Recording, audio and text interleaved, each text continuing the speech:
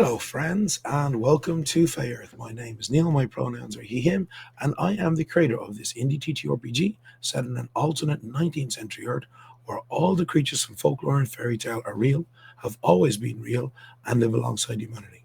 When last we left our heroes, they were in the small town of Elsbetten, about 10-20 kilometers outside of the city of Salzburg in Austria, or technically, because it's 1872, in the capital of the Austro-Hungarian Empire, because Austria doesn't exist at this time. It's much bigger and more powerful. Our party came here because they had just been leaving Munich, trying to avoid the law, and came upon this random soul, literally lying in the middle of the ground, discovered that he had been swept up by the wild hunt and dropped 100 kilometers from his home. They had got into a conversation, and he told them that the monastery that he worked for was getting a delivery of very expensive wines, which intrigued the party. When they got to the town, they discovered that things weren't as they seemed. There was a bit of stuff going on. The wild hunt, it seems, is sweeping in every night and harassing the villagers. And there is a new priest in the village who, unlike the vast majority of priests, is actually an extremely powerful and gifted spellcaster. Also quite a zealous fundamentalist, not a generally nice person. They discovered that his niece, who he is the charge of, a young lady of about 19 years of age, was being locked in a room for some reason, and that the wild hunt seemed fixated on his home.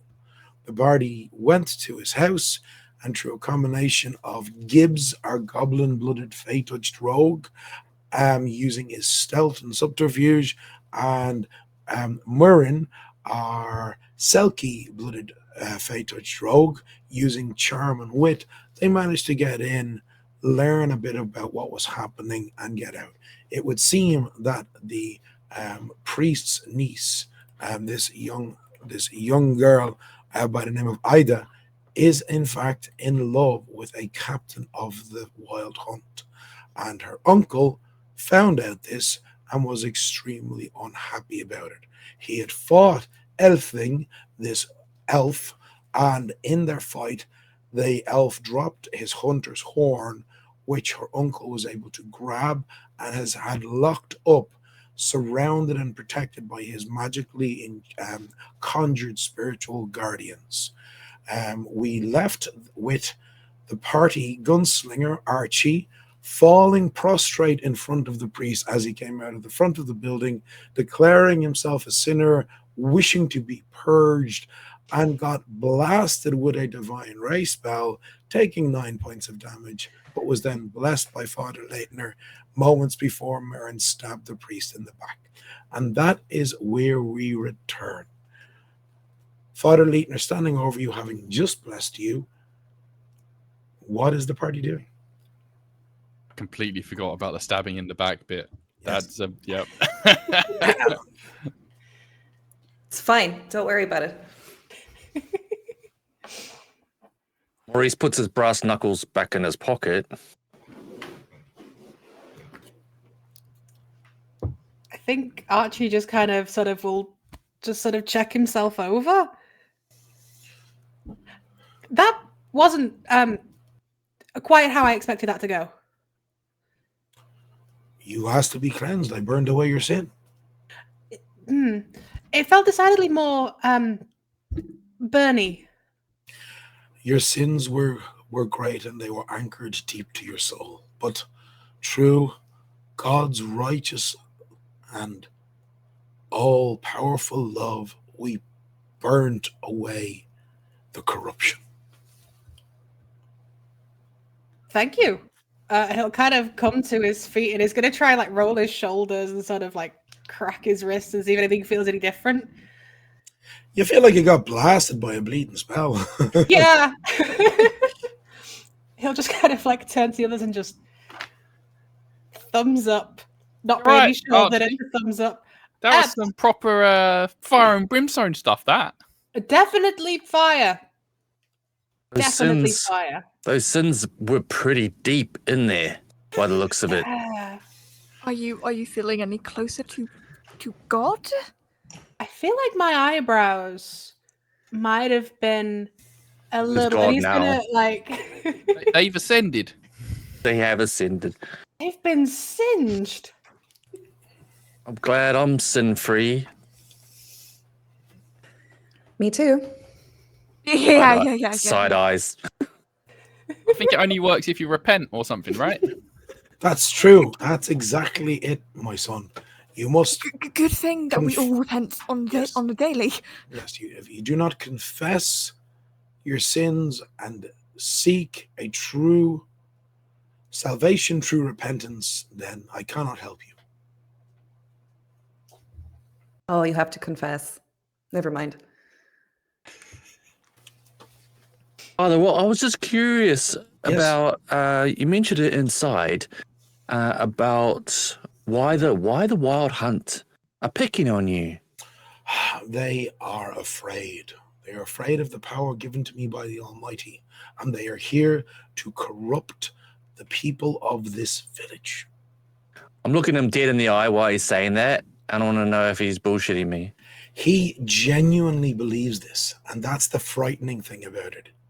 He's not, you get no ounce. I'm not even going to ask you to roll in like an awareness or insight in this.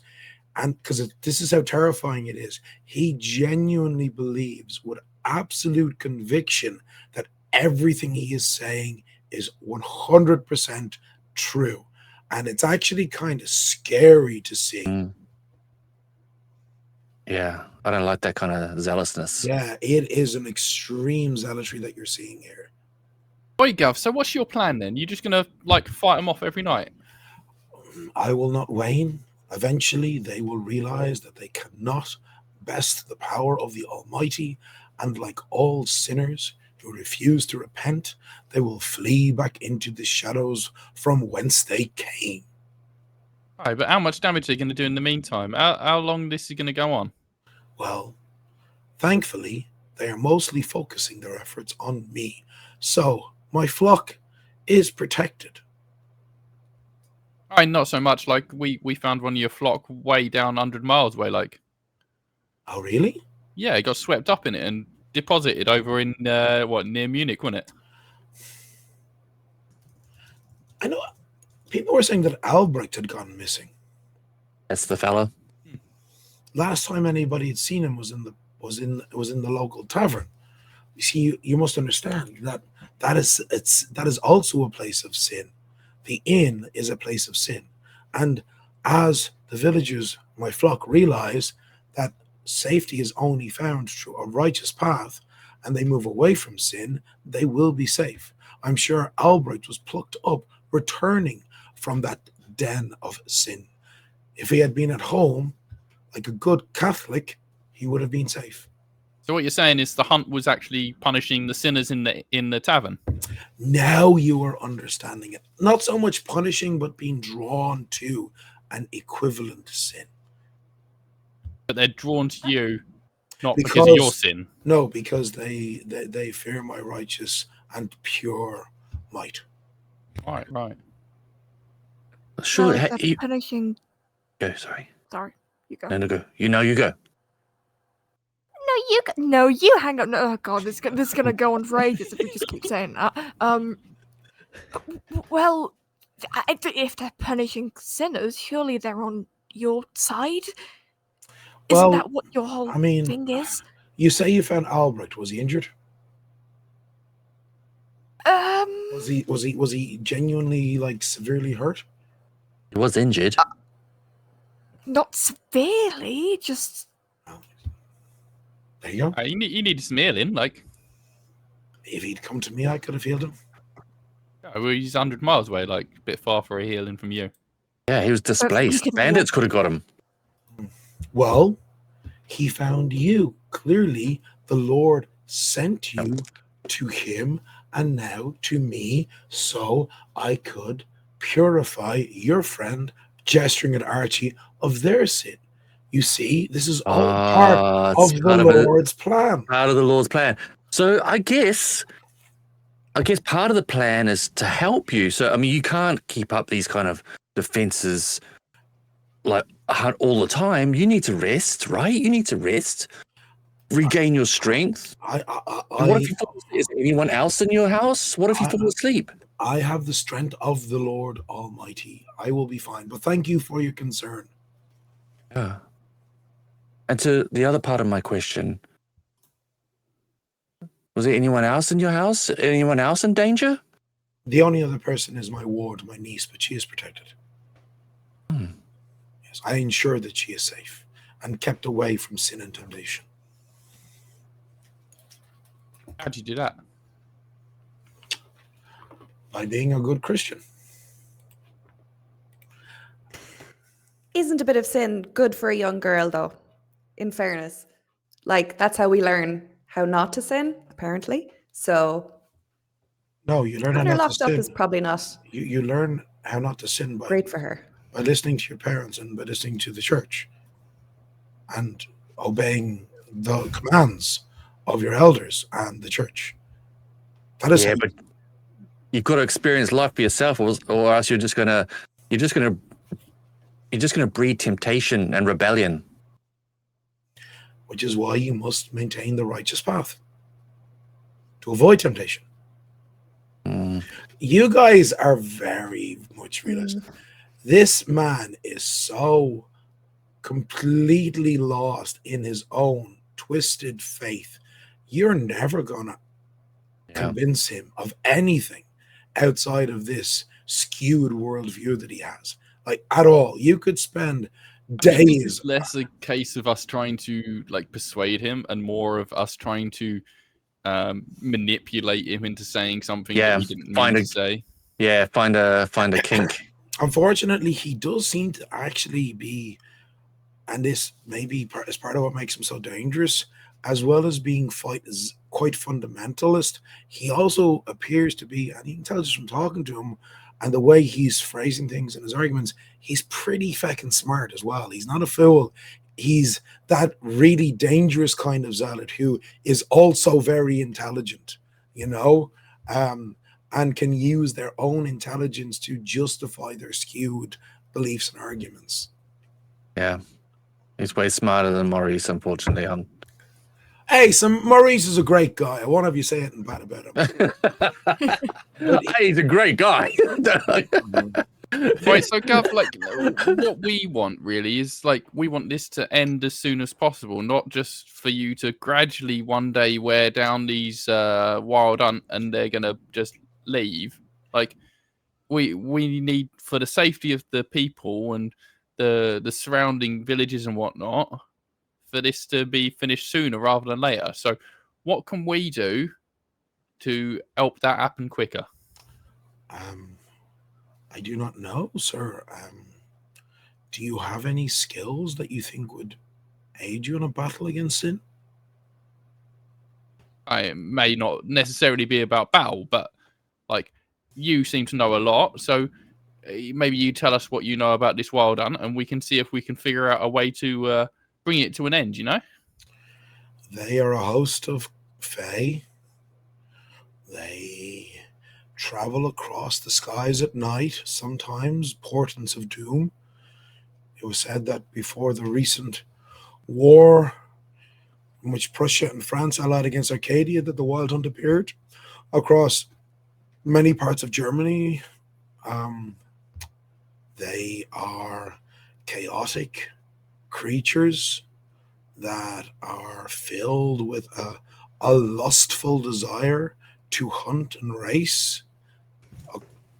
And maybe there's something we could do to like draw them away from the village. Like maybe like I don't know, they're a hunt, right? If we like blew a hunting horn like out in the woods or something, get their attention elsewhere, Do you have such a horn?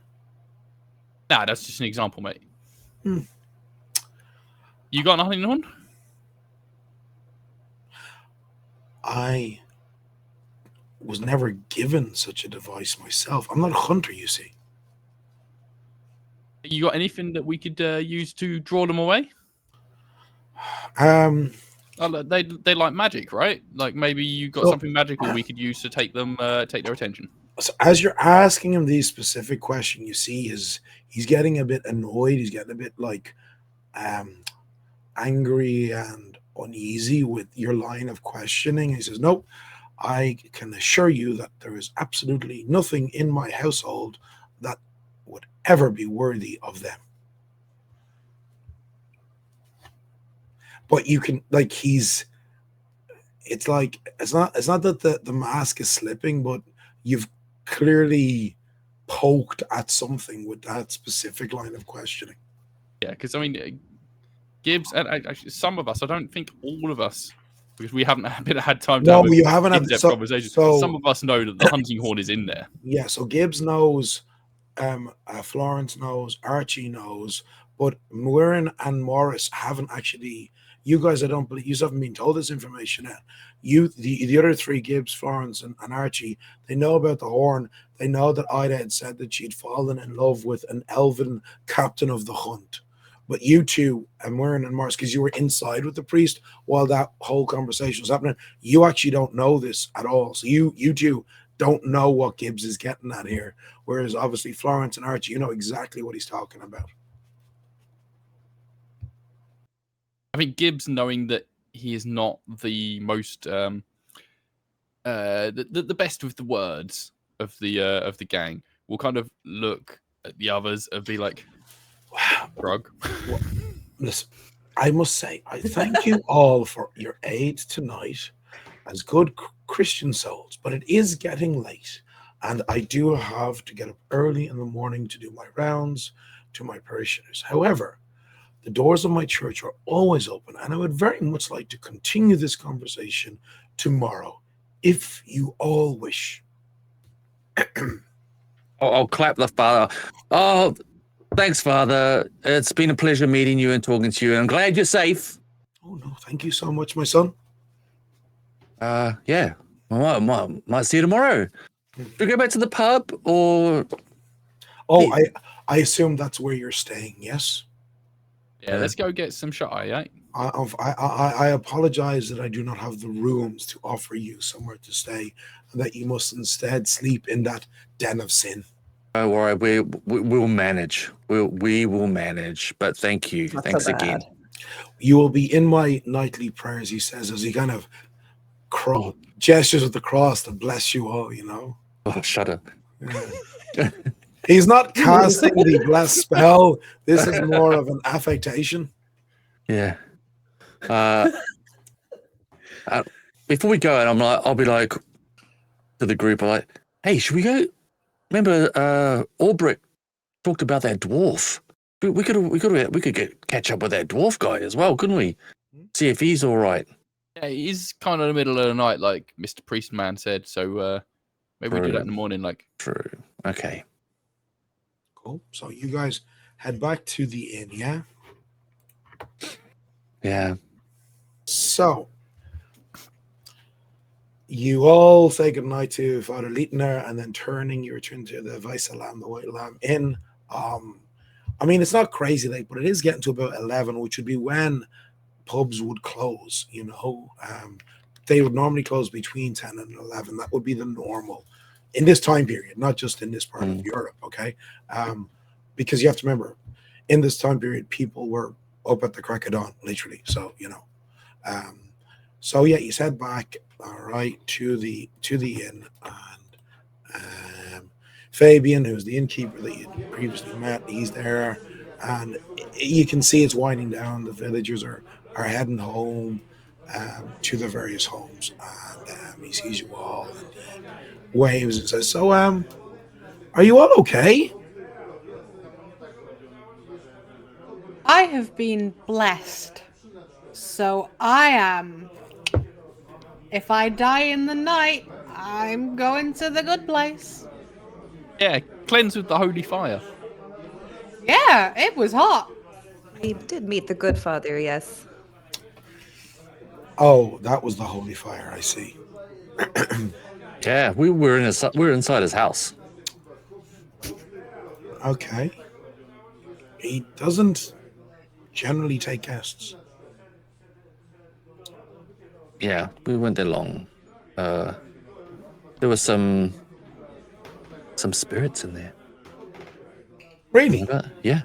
Ghosts? Nah. He's got some spell going on in there, like protection. Well, I know he is a powerful mystic. We were quite shocked and surprised when we discovered that he was gifted in magic, though we were bitterly disappointed when we learned that, despite his powers of magic, he does not have any gifts of healing magic at all. Yeah, it's a bit weird for a priest, isn't it? That's super weird for a priest. I don't know. I mean, he's actually the first priest I've ever met who actually has magic. I mean, the church always talks about, the magic of God, but magic is so rare that there's very few priests or nuns who actually can cast spells. But usually, yes, when they can cast spells, they learn the arts of healing magic. So it's a bit strange. How did he get this job? What was his credentials? Well, our previous parish priest, he just died of old age. He was a lovely man, but he was old. So when he died, the church sent his replacement, which is Father Leitner. I mean, fairly standard. Your parish priest dies, the parish needs a new priest, they send a new priest. Well, he's an absolute delight. Now, his niece, she's a lovely young woman. Yeah, she was lovely. Met her. Good lass. What? Hey? Oh shit! Yeah, we got to clue you guys in. Yeah, she's locked up in her room, and he's got the horn of the hunt or something like locked in a chest up there and all. What? But yeah, she's really afraid of him, and she wouldn't leave. But yeah, she's upstairs. It's not too hard to actually break in or out, and actually the window's unlocked. But yeah, she wouldn't leave. Stockholm syndrome. I think more she's afraid of him rather than anything. So she's in love with some elf of the hunt, and I guess that's why he hates the hunt. All the more reason to find them then. Oh yeah, like maybe when he goes out to see these parishioners tomorrow, we can sneak in and steal the horn and whatnot. Oh. And yeah. So when you said, "Do you have anything like that?" Oh yeah. And he was like, "I've got nothing that they're worthy of. Yeah, he's a piece of work, isn't he? Yeah, no, he's slimy. That is so slimy. I have an idea. Oh shit! Oh no! Oh, here we go. As you're saying that, It's like your idea of getting repentance and stuff, right? Archie, as you're saying that, Fabian, who's been listening to this entire conversation, has laid out a row of glasses on the bar, and he's pouring out some schnapps for everybody while he's still completely enthralled in the conversation. He can't believe this is prime gossip that he's getting. Oh yeah. This is the best stuff. Yeah. Oh, he's gonna be dining out. Yeah. Lock in. Absolutely, yeah. So he's Without. Is there any other locals in here, or is it just us and him? Is my boyfriend here? No, he has gone. Oh, but God. there's a few old farmers finishing their last steins, but and they're like, you can tell they're leaving soon.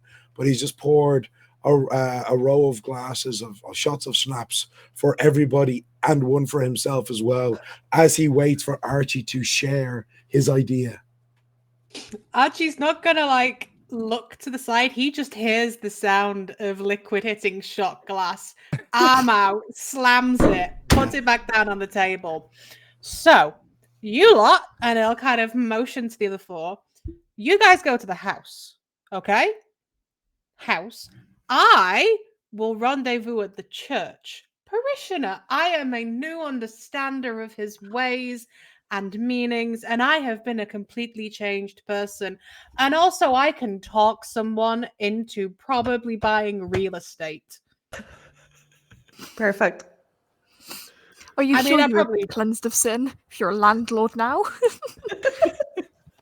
Oh, no. Definitely cleansed of my alcohol. Not sure about the sin. Single shots could fix it? You don't need any more alcohol. You'll be fine, Archie. Hey, I think it like came out. I think, do you know, like when all the happened, I think the was alcohol. You don't need to tell me how you pissed yourself, Archie. It's okay.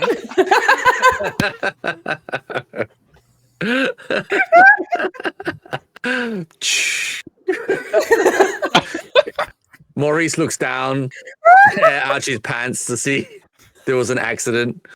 No, he was more thinking the magic. That was the. Yeah, the magic dried him off and all. It was the burning. So wait, Burned. what? You gonna go and chat to the priest some more?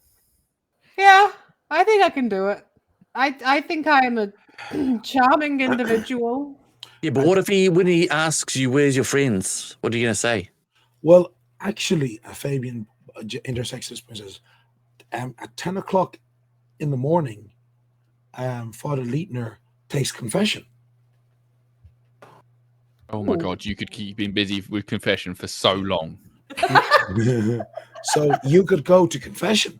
He wouldn't ask where your friends are because confession is just between the confessor and the priest.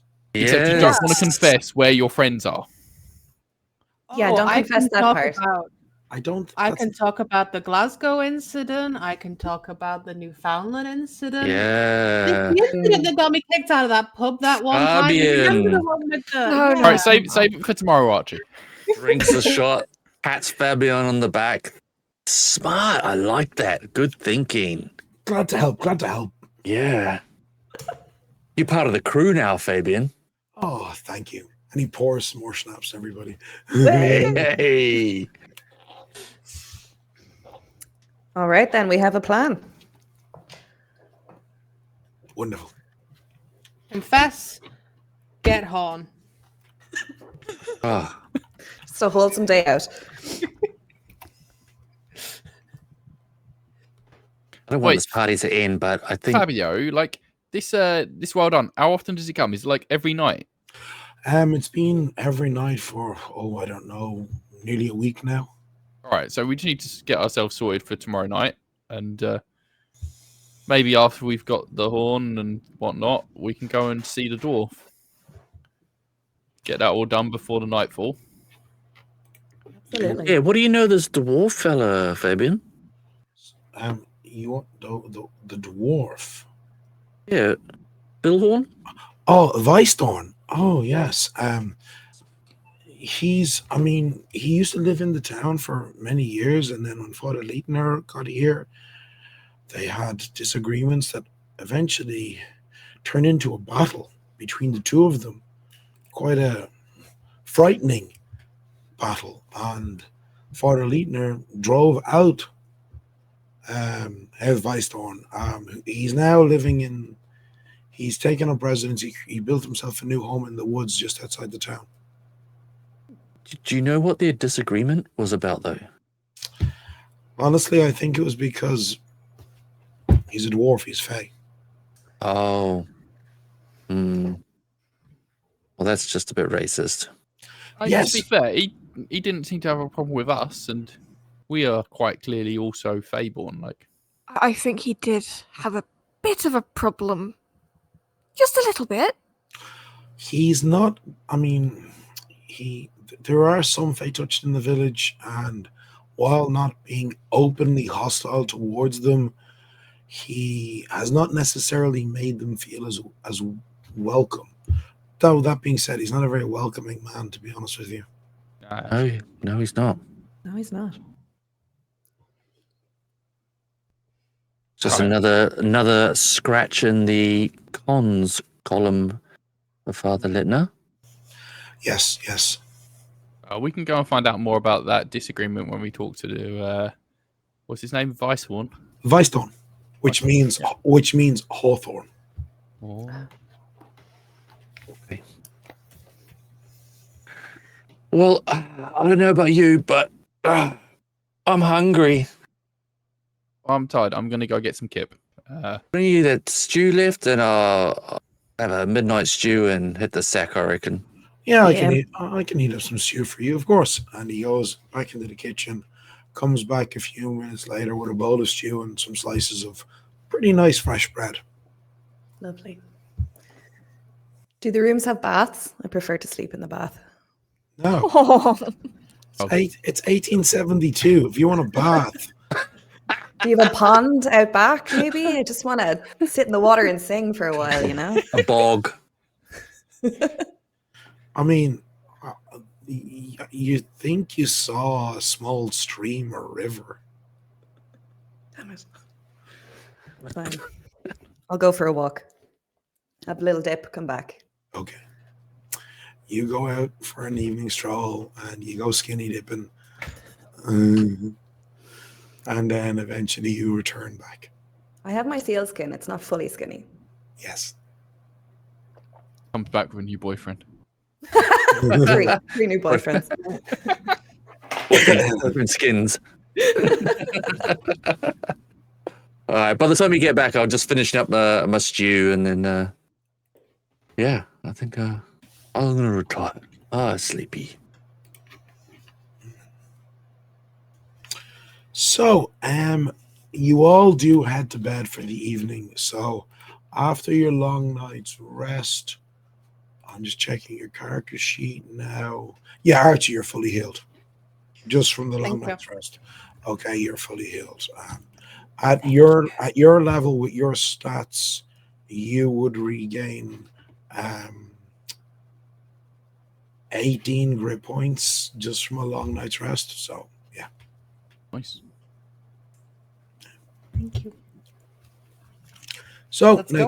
next morning he's getting up, and Fabian has some pretty nice breakfast for you all. There's like some bacon, some sausages, some eggs. Bacon! Bacon! Eggs. Finally! oh. Yeah, so bacon, sausages, eggs, bread. You're feeling pretty happy about it now. We didn't even have to steal anything this time. Yeah, some mushrooms as well. Yeah, so it's pretty good. No mushrooms passes my lips. Okay. Okay. So specific. I think we just ended the show there, right? So I don't trust them. So as you're having breakfast, so gang, we all set for our plan today. I've been making a list, Go on. Checking it and twice. he's going to like pull out like a little kind of note scratch pad. I've written down every incident since the whiskey incident of 56, Holy crap. Oh. Oh. all the way up to last week. Did you sleep at all? There's not that much. I mean, yeah, but there's not that much. Ish. So you'll be able mean, to keep him busy for a nice long time. Oh yeah, at least an hour. Okay, Think- who's going to the house? The rest of us? Yeah, I think Maurice will probably have like a morning exercise routine as well, where he's just in his little shorts and topless and shadow boxing, working up a bit of a sweat, doing a few exercises, nothing core, just boxing and squats probably. I suppose that's a bit cool. Gibbs spends an inordinately a long time like pressing his jacket and his waistcoat and popping out his stovepipe hat properly and making sure he looks all prim and proper. Okay. Forgets to brush his teeth. Okay. Wherein just has her morning song. Morning song. Yeah, she sings in the mornings. She's like our rooster. At first light. A really weird one, yeah. A really weird, scaly rooster. Is that based on any like actual folk song? insert sea shanty here of Nice. yeah, a beloved going over somewhere over the sea, and very, very sad, blah blah blah, you know. Cool. Just sea shanty stuff. Yeah. I think probably after the shadowboxing, Maurice has got like a weapon form that he does with his kind of like patu as well. So he probably ended up like trying to sync to your song with his moves, with his stone. Nice. That'd be cool. Okay, right. Super. Ready. So after you've all finishes are ready, at this stage you'll say it's about 9:30. So Archie, you know that at 10 o'clock, Father Leitner takes confession in the church. Okay, so the rest of the party is planning on going to his house, yes? Yes. Yes. Okay, very good. Right. So you head to that. So you guys are going to go to the house. One of those. Did I get a sausage sandwich to go? Meet some people. They might be hungry. I'll whisper over to like the Gibbs. I'll be like, "Think Ida would like a sausage sandwich?" I don't know, mate. I didn't get a chance to ask her eating preferences. Just judging off the father, you know, it might just be like I bread. don't know, it seemed like he was feeding her.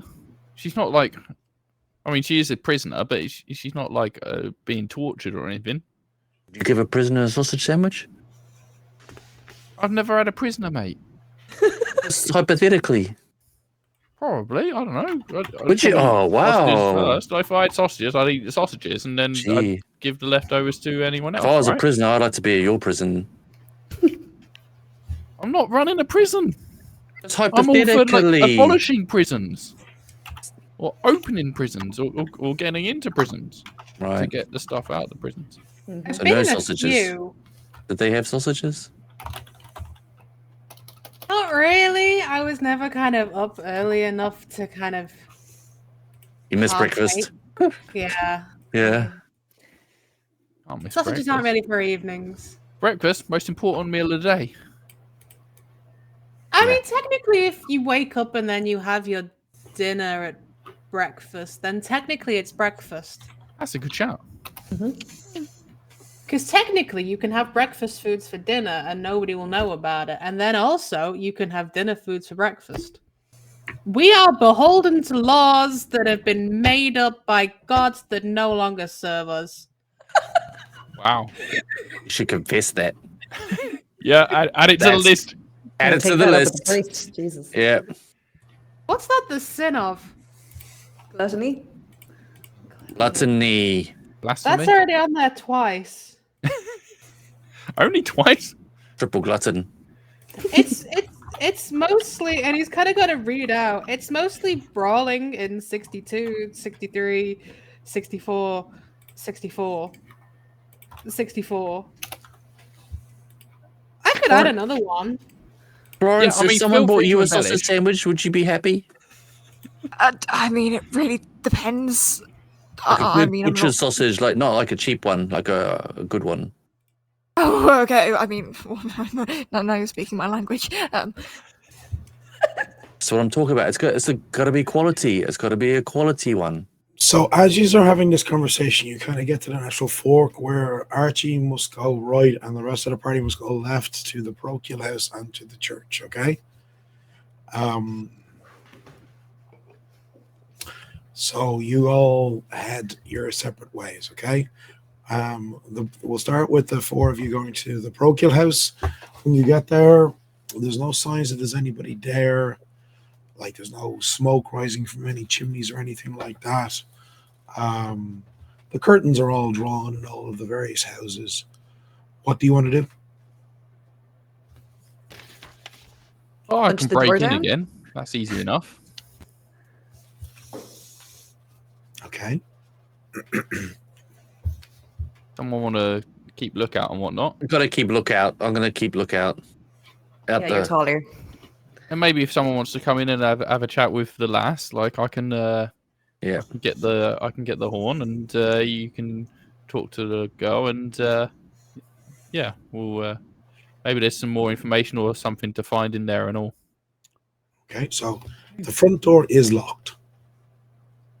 Remember, Maureen, she's in love with someone else.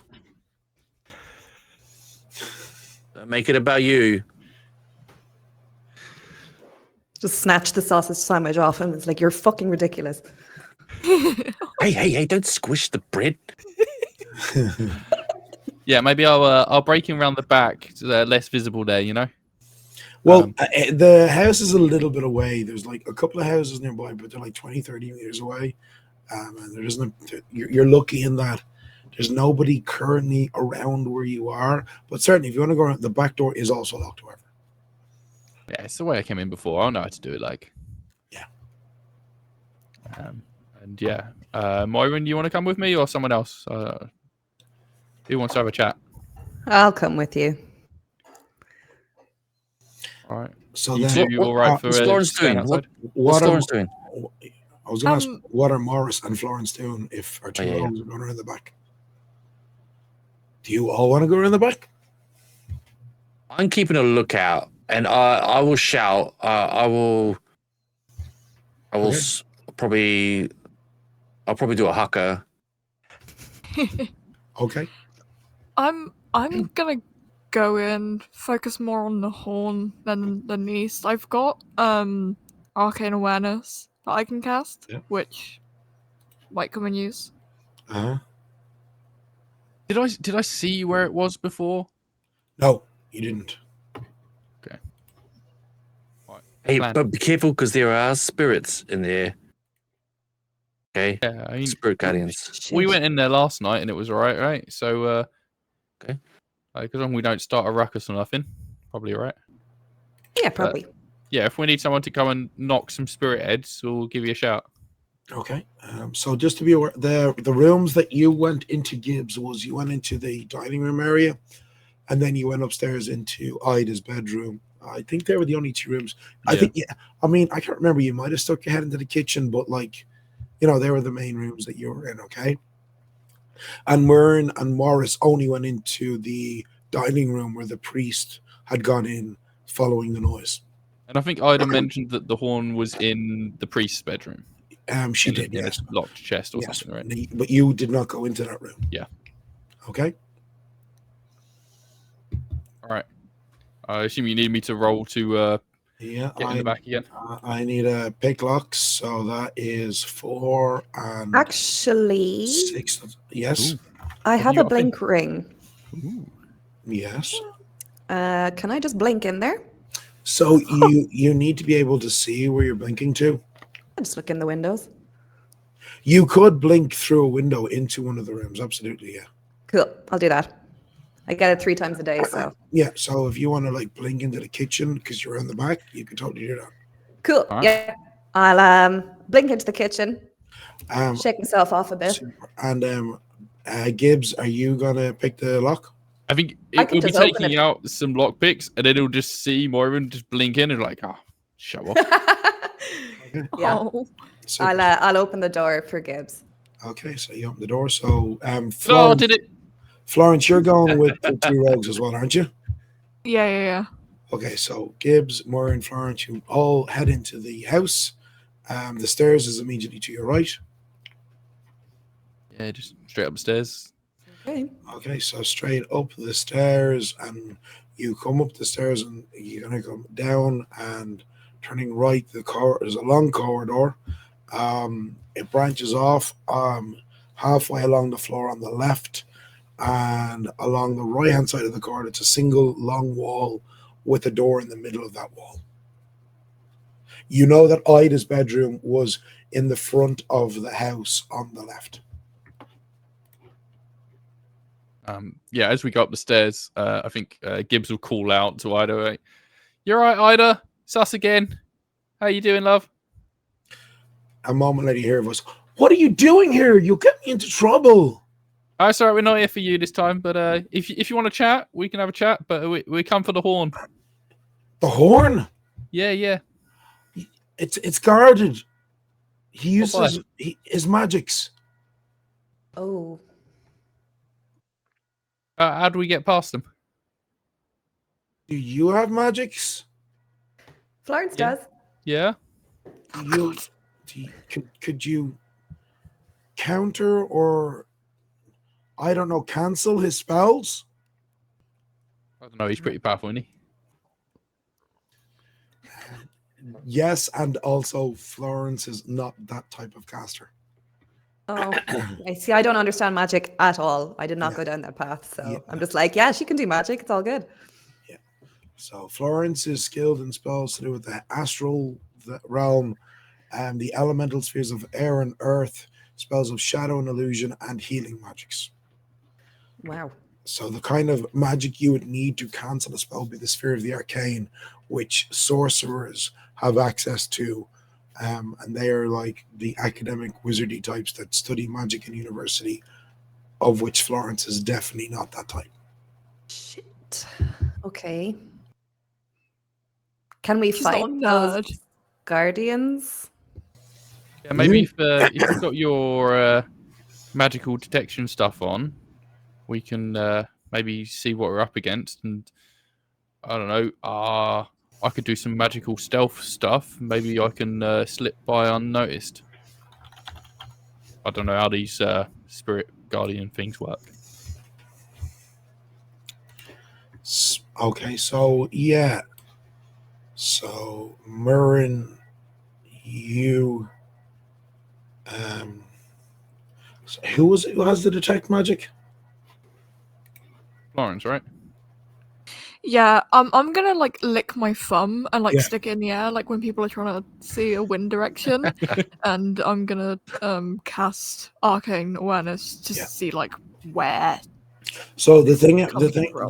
the thing about arcane awareness is that like walls and the likes block the spell because it's a weak cantrip, okay? So We know it's in his bedroom, so we open the bedroom door. Okay, I could walk around the house and cast it in each room. It doesn't cost me any mana. I It'll know take me a while, but I can just go in every room and lick my thumb. We know it's in the bedroom, so Yeah, let's try the Check the bedroom. bedroom first. Yeah. just gotta watch out for these spirits. opening the door, you see a very fine looking bedroom. It's quite big. It's like 7 meters by 5 meters. There's a double bed to the left. The wall at the front of the house is a large window underneath that. Beside that, there is a chest of drawers, fireplace. There is also a large wardrobe, a desk and chair with some journals and some stationery on it, and there is a large chest at the foot of the bed as well. And Florence, you cast Arcane Awareness, yes? Mhm. Okay, so yeah, because it's only a cantrip, you don't get an incredibly detailed description, but you can definitely pick up it's like there's multiple spells active within the room. You reckon? Actually, give me a magic roll. That's the best thing to do. Hell yeah, that's just a. That's a 20 plus the thingy. Plus so 4. Oh yay! It's a 2. That's 2 plus 4, which is 6. So yeah, you can't make out. There could be 2 active spells in this room, or there could be 10. Oh, there's definitely something in here. Right. No, Okay. I assume these were standing at the door because you did say you were Yeah. being cautious. Okay. Can we see anything in there, like moving around? Any? No, nothing at all. All right. Well, let's be cautious about this before we go setting off any magical traps or not. I can do a magic hand, just poke it in and have a feel around and see if that'll do anything. Okay, so yeah, you cast Arcane Grasp. All right. No, it's actually what is it? Oh yeah, arcane hand. That's it. Yeah. And you just like this semi-corporeal hand appears in front of you and floats out into the room. You can extend it about 12, 13 meters. So you could easily, in theory, interact with anything. So, I mean, with this spell, you create a force that you can control that can carry out simple tasks such as lifting and carrying objects, pushing open and unlocked doors and the likes. Any object that's being manipulated must be of a shape and size that you could interact with normally with your hands, and you can carry any object up to 800 grams in mass. Well, a horn's probably not 800 grams, is it? Depends how big the horn is, I suppose. But all right. Can I poke the chest, see if we can open the chest? Chest is locked. All right. Am I able to use that same hand to try and pick the lock on the chest? Yes, you can, but I'm going to say that this is a very difficult thing to do. So instead of your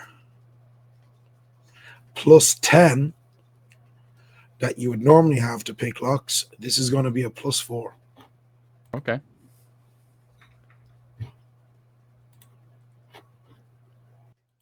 See how we go. That is a dirty 20. Let's go. Whoa, okay. That's Nice. great. Super. So you guys see Gibbs's lockpick, this slightly bent hook of a wire floating through the air, and it inserts into the lock, and he twists it and really, really concentrating now. Like, normally the only times you see Gibbs this concentrated is when he's sitting in the outhouse. Okay? Why would we see that? sitting in the outhouse. So he is concentrating, okay? And eventually the you hear a clicking noise as you're pretty sure the lock has been opened. All right, got it. By the way, just to describe this chest, I forgot to describe it. It's a very, very large, like, blanket chest. You know, you're talking something that's like close to like maybe 70, 80 centimeters wide, you know, about 60, 70 centimeters deep, you know, and it's made of a very, very nice, rich, hard wood. This is a very fine chest with a arched lid as well, so it's quite big. Right. Is the lid light enough for the hand to be able to lift? No, it's you reckon it's probably over a kilo because it's quite long lengths of, it looks like oak. Right. You know, so like it's not like, I'm not saying this is like something that you need to give me a fortitude roll to lift, but like what you're using is ultimately still a cantrip. You can only lift up to, so like you couldn't even hold a bag of sugar. Gotcha. You know. All right. Okay, I'm gonna try something then. If I'm seeing like Gibbs like struggling to open this chest with his little magic-y hand, I'm gonna kind of like the two of them, Moira and Gibbs, to like move out the way. Like I just tell them to move back a little bit, and I'm like, just let me try something. And can I cast Greater Wind Blast on it and see if that will like blow it open, or at least like just damage it enough that it will. Maybe the hand can lift it just a crack and get the gust underneath it.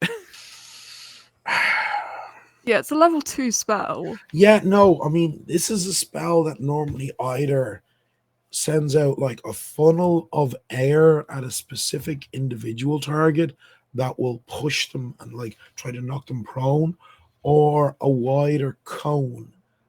I am thinking more of like a wide cone. Yeah, so even if it's just throwing bludgeoning damage at it, I just kind of want to try that. Okay, so I tell you what, give me a magic roll first of all. Okay. 17, but it's a 21. Okay, nice. Okay, very nice. Super. So yeah, you strike the chest, and this blast of air. You guys have seen Florence do this before. This blast of air comes out, hits the chest, and kind of shoves it, knocking it back against the bed. And in doing so, the wind catches the lid and flips it back, opening it up. Is it at an angle that we can see inside? Gibbs definitely cannot. You're too short. Oh no, I'm not much better. Canonically, Gibbs is incredibly short. This is fair. Maybe if you stood Small. on your top hat. Absolutely not. What can you see, Flo? So what you can just like you can't. It doesn't appear to have much in it. Like, you know, Florence, you can maybe make out. You think maybe there's some blankets in there, but you can't really see into the middle of the chest. You know, just at the far end, sort of. If that makes sense. Mm. Like. There's not much in there. So I'm not being funny. If Gibbs were to maybe get on Murren or Florence's shoulders, then you definitely could see it. Is this going to be 3 Fey in a trench coat? Oh my god, at least 2 Fey, 2 rogues in trench coat. 2 rogues in a trench coat. Let's do it. Get on my shoulders. Yeah, no, Flo would crumble beneath anyone's weight. Oh my gosh! So Quick, don't somebody, go on her shoulders. somebody take an etching quick. And I will say, Mirren, you're not like mad beefy, but you do have a fortitude of 1 and you have the might talent. Okay. Versus Florence's fortitude of 0. So and Gibbs is like he weighs less than 50 kilos. He's tiny. So yeah, Murn, you should actually be able to do this. You know, you've got a pretty good core, you know, as well. So yeah, you like, all joking aside, Gibbs is so small, you probably can do this. All right, no one tell Archie we did this, okay? Okay. I like Morris as soon as I get out of here. Yeah, tell me. Oh, I want to know. Some banter. All right, piggyback time. All right. What do you see? So yeah, I'm not even going to make you roll for this, because with that fortitude of 1, and the reality is that Gibbs, as I said, he's less than 50 kilos.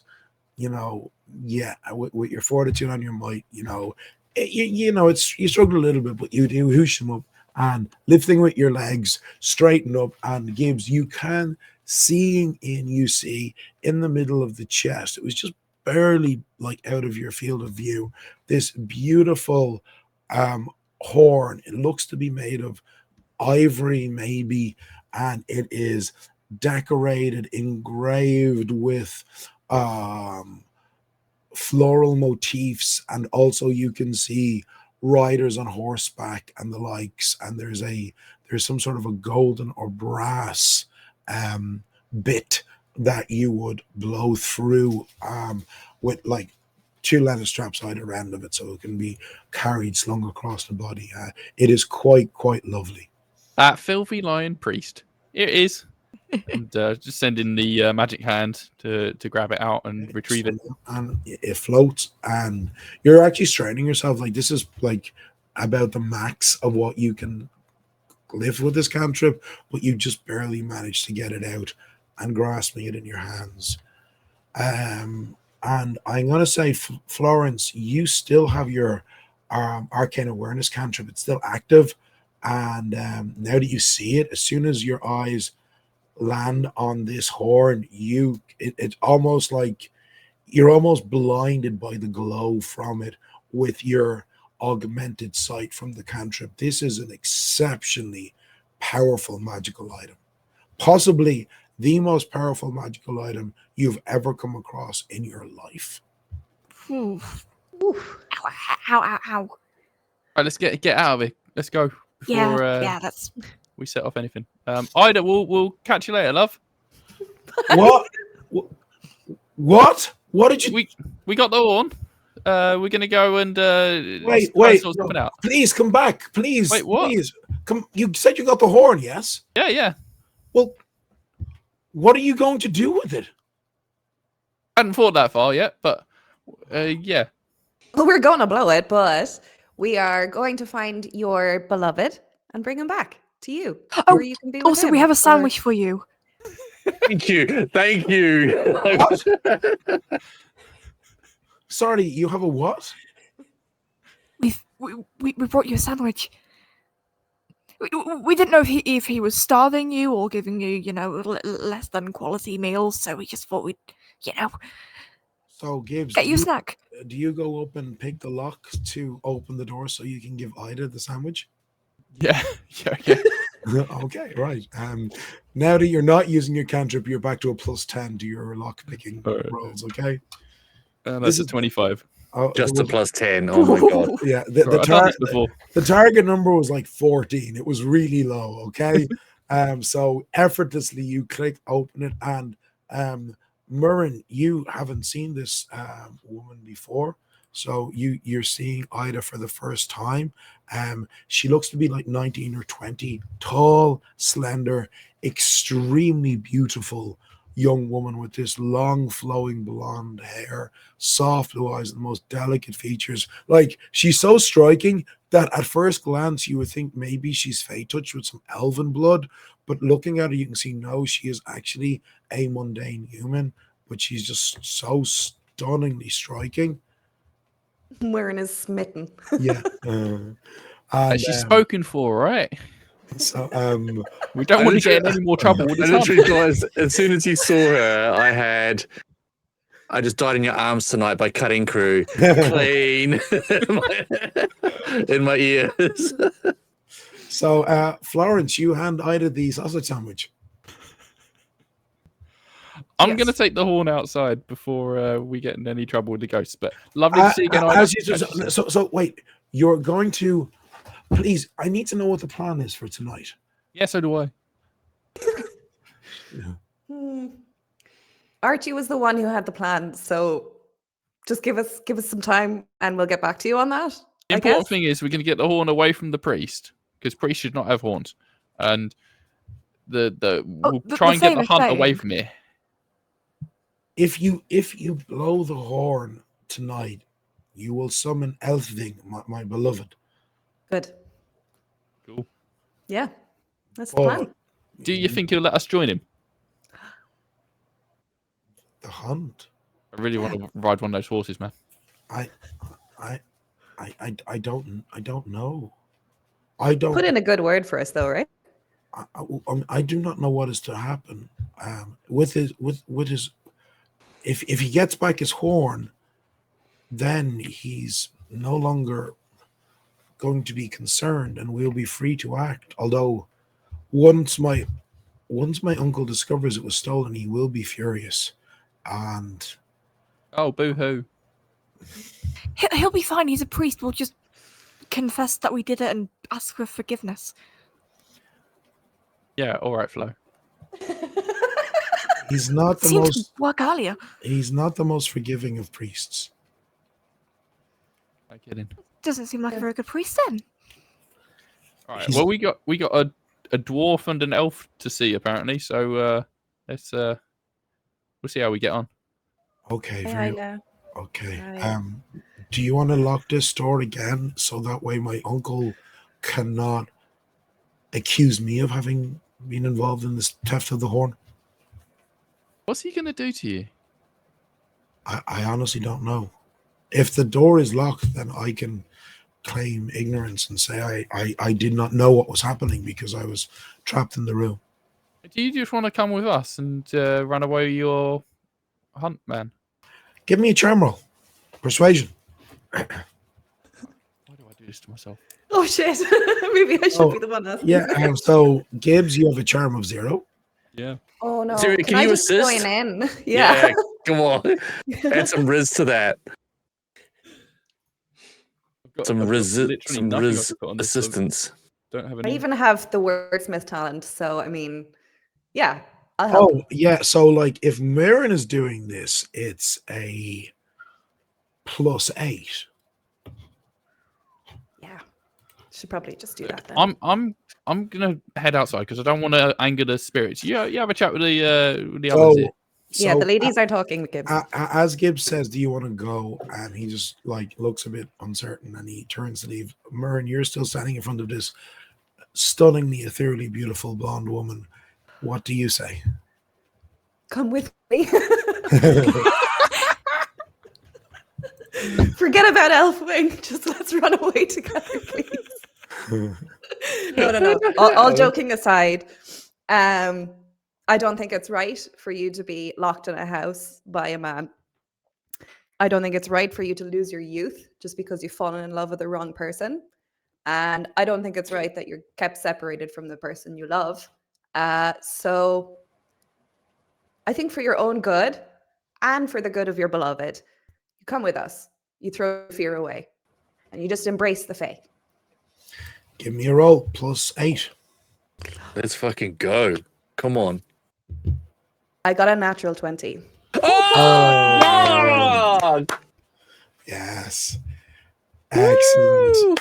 Just I could have done it too. You could not have.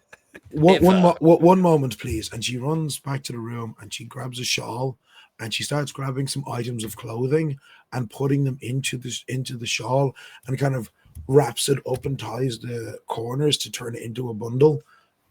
Swinging over. Let's go! So cute. Okay, She's so excited to be running away. So while all this is happening, Archie.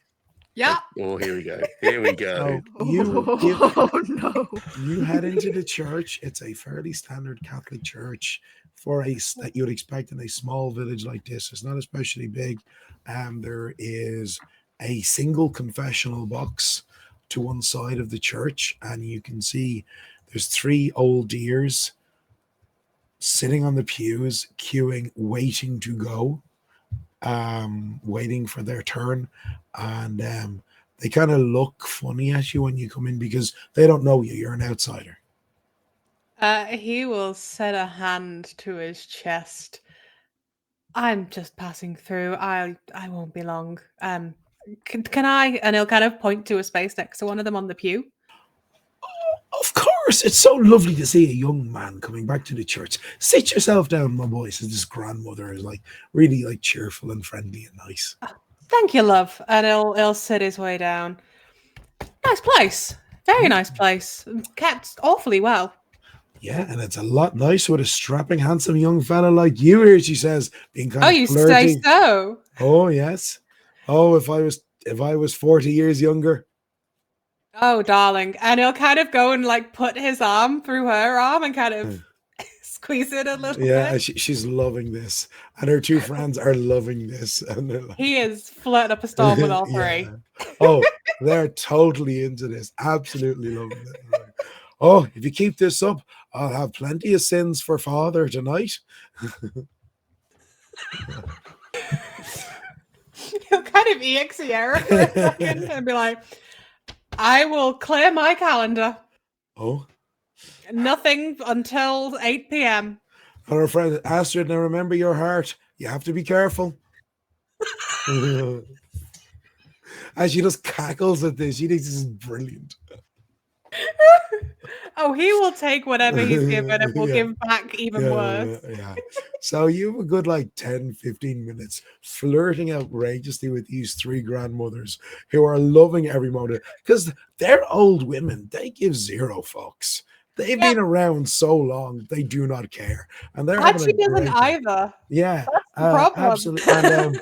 And he's laughing and cackling when there's a shadow falls across the church from the doorway, and silence and quickly is all turned, and you see Father Leitner standing there frowning, looking somewhat confused by the behavior he's seeing in front of him as the 3 grandmothers Father Leitner, you're here. The young man, he wanted to talk to you first, and they kind of push you in front of them to be the first into the confessional box.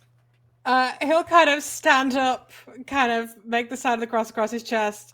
Thank you. I insist you go first. You must. No, absolutely not. They normally say age before beauty, but you're too pretty to waste. Off you go. He will go and plonk his ass down in the confessional. So you go sitting into the confessional, pulling the curtain so that you're obscured, and you hear the noise of the opening and closing of the door, and Father Leitner sitting on the other side. There is a lattice wood partition, so you can faintly make out the outlines of each other's, but cannot see each other. Classic Catholic confessional box.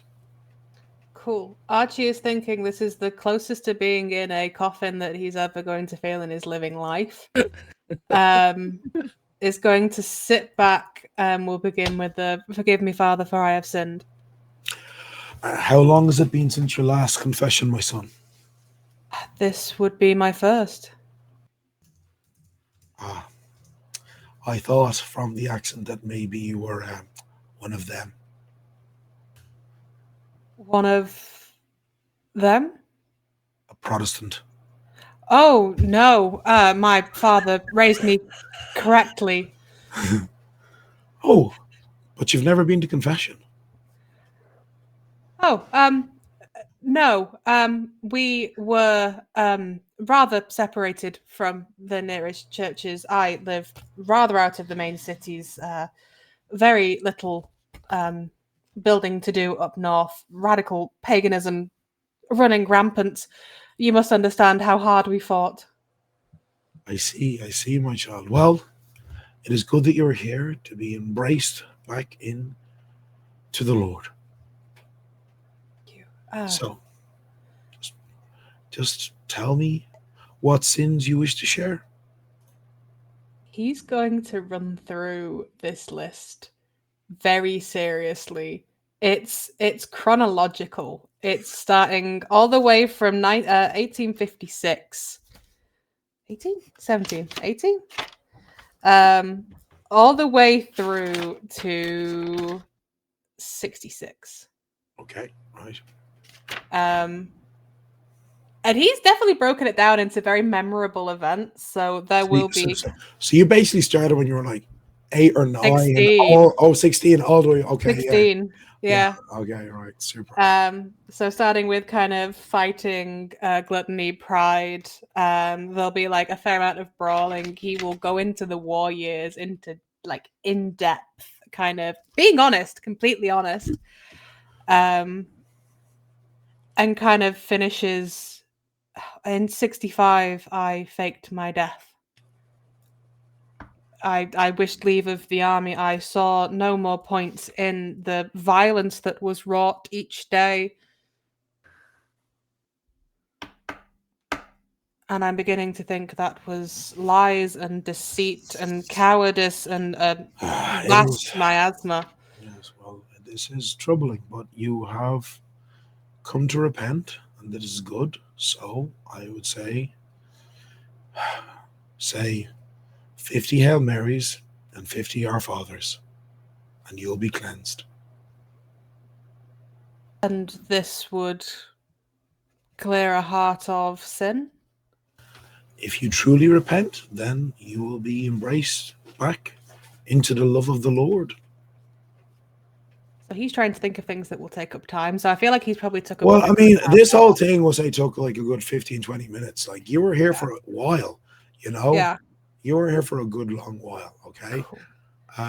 Easily like 20 minutes or more. Certainly more than enough time to give your friends the chance to do what they were hoping to do. Cool. He will sort of nod. So it's visible, kind of silhouetted. Yes. I will get straight to that. Excellent, my child. Thank you very much. Thank you, Father. So, with Archie leaving the confessional box to do probably the best part of an hour's worth of praying to... Yeah, he's keeping an eye on. Yeah.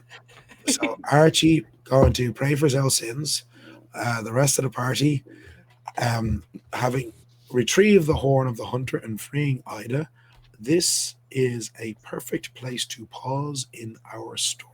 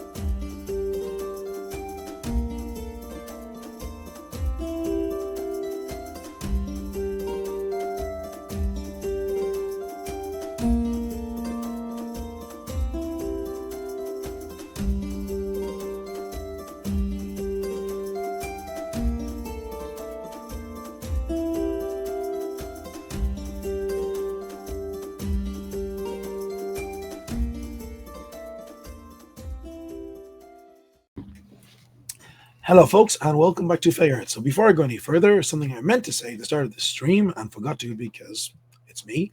But tonight's episode of Wonderful Fey-themed Chaos is brought to you by the equally wonderful Lucky Leaf Teas. Lucky Leaf Teas is a delightful British company, small little indie company that sells teas. But they do have these amazing TTRPG themed blends. The Warlock blend is especially lovely, and Ari, who runs Lucky Leaf Teas, is the nicest sweetheart you'll ever meet in your life. So if you're looking for some fabulous teas to enjoy around your TTRPG table, please be sure to check out Lucky Leaf Teas. So, returning to the story, when last we left our heroes, the party had broken the cardinal rule and split, with the majority of the party going to the parochial house, and Archie going to confess a decade of sin and debauchery to Father Leitner. Okay.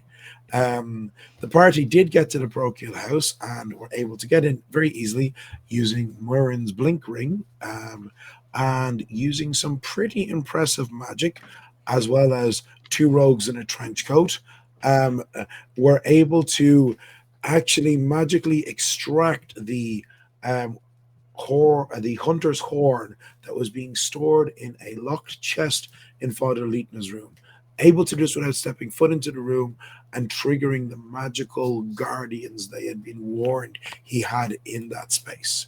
They then freed Ida, initially to give her a sausage sandwich, but then actually talking to her about how really messed up her life is, Mirren convinced her to come with them so that she can be reunited with her love, elfing a captain of the wild hunt of the Fae. So, having removed themselves from the parochial house, Archie spending out a good while doing your 50 Hail Marys and your 50 Our Fathers.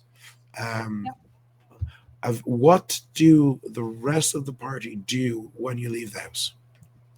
Presumably, we've set up a rendezvous point for getting Archie back into the group somewhere. Yeah, sure. Probably like a fountain somewhere. We can. I mean, you can decide. This place doesn't have fountains and statues and stuff, but you can decide. Use it. Picked a point where you were going to meet up. I guess it would be like a crossroads heading, like where we would meet, heading out towards the dwarf's house. Absolutely, yeah. So you said also particularly a point that the priest is not likely to accidentally bump into us where we've got his horn and stuff. So and his niece. Well, yeah, and his niece. Yeah. Yes, so probably more obvious than niece. So about 45 minutes ish after you've left the house, Archie comes out to you all. Okay, Archie, give me a fortitude roll, will you, please? A fortitude roll or resolve. You can choose which. Does it require courage? No. Okay, that's a 19 total. Okay, so your knees were feeling a bit stiff from all of the praying, but you actually managed to be okay as you head out to meet the rest of the party. He's got practice. He will. Archie has practiced being on his knees. Praying in church. Yeah. Oh yeah, obviously. Obviously, yeah, that's obviously. Yeah. Archie, you look lighter. Yeah, definitely feel it. Oddly enough, you do actually feel better having unloaded this decade of trauma. Oh yeah, he just spent the last hour just dumping on this poor guy. Dumping on this priest, but the thing is, you've never. Confession is. You've never experienced the act of the sacrament of the confession within the Catholic Church before. And the practice that you went through of going through all these things that you've done over your life that you have carried guilt about, and then being told by a person, do this act, carry out this act, and it's all forgiven. It's actually surprisingly, you genuinely do feel lighter for this. Yeah. You're not a holy person, but this this act, this process that you've just gone through that you've never done before, of you saying all these things and someone else saying, okay, thanks for sharing. Now go and do this. And if you do this thing, you're good. You're like, you're not feeling especially devout and planning on going back to church, but it's Oh like, no, he's considering Catholicism. it's like, it is an interesting, it's an interesting experience that you've just had. Yeah, he's not sure about this. Hmm. In the span of an hour, he's been basically given like approval, and he's flirted with 3 old dears. Like, Yeah. if this is Catholicism, he You kind do of likes whatever it. you like as long as you Yeah. say sorry and do some Hail Marys and shit. Yeah, he'll sit at the back of a church and listen away. So Neil, anyway, in Fey Earth, does confession and this actually have any mechanical effects? no. Like, it's not a magical no. spiritual effect of confession. Otherwise, we'd all be just. Yeah, I'm doing it. I'm doing We're it. running back to confession. I This deliberately, time, we traumatized the priest. yes, We found out a way to break the system, and it's Yeah. just by doing Hail Marys. in this system, I deliberately kept religion vague. People have their gods that they believe in, but there is no actual definitive evidence that the gods are real. There are mystics who have magic and they claim to get their magic from their relationship with their deity, whether that deity is the Christian God, the Jewish Yahweh, Allah, Buddha, it doesn't matter. But the reality is that the magics that mystics access are the same or very similar spells that other casters can also access that have nothing to do with the gods. So, yes. So, anyway, reuniting with the party at the agreed rendezvous point, excuse me, you also see Ida, who you had met the previous night, the niece of Father Leitner. He's absolutely kind of counting like 1, 2, 3, 4. We've picked up. You were going for the horn. Yeah, That's not a horn. we got the horn. Got a friend too. Moirin is just smiling from ear to ear. Yeah, Gibbs is like placing Yeah, we himself picked up between Ida as Moirin and well. Ida, trying to keep them apart.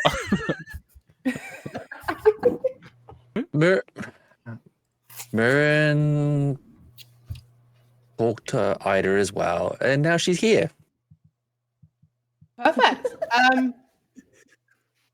Right. Well, As mission happens successful. when Mirren talks to people. Yeah, actually, yeah. And to be fair, it was kind of Ida's idea because she didn't want to get blamed for stealing the horn. So, you know, two It's a birds, win-win. one stone. I think it's a win-win for everybody. Yeah. Hey, did you like that sausage sandwich? That was my idea. Win, win, win. Oh, thank you. It was delicious. All I've been having was porridge in the mornings and very I freaking knew it. I knew it. like I am a bit hungry. That my uncle was being very strict with the dinners he was providing, the most basic of meals, apparently to help ensure I did not fall into temptation. Right, some Maurice, protein. you win this one. Thank you. Speaking Yes. of temptation, have you ever had schnapps?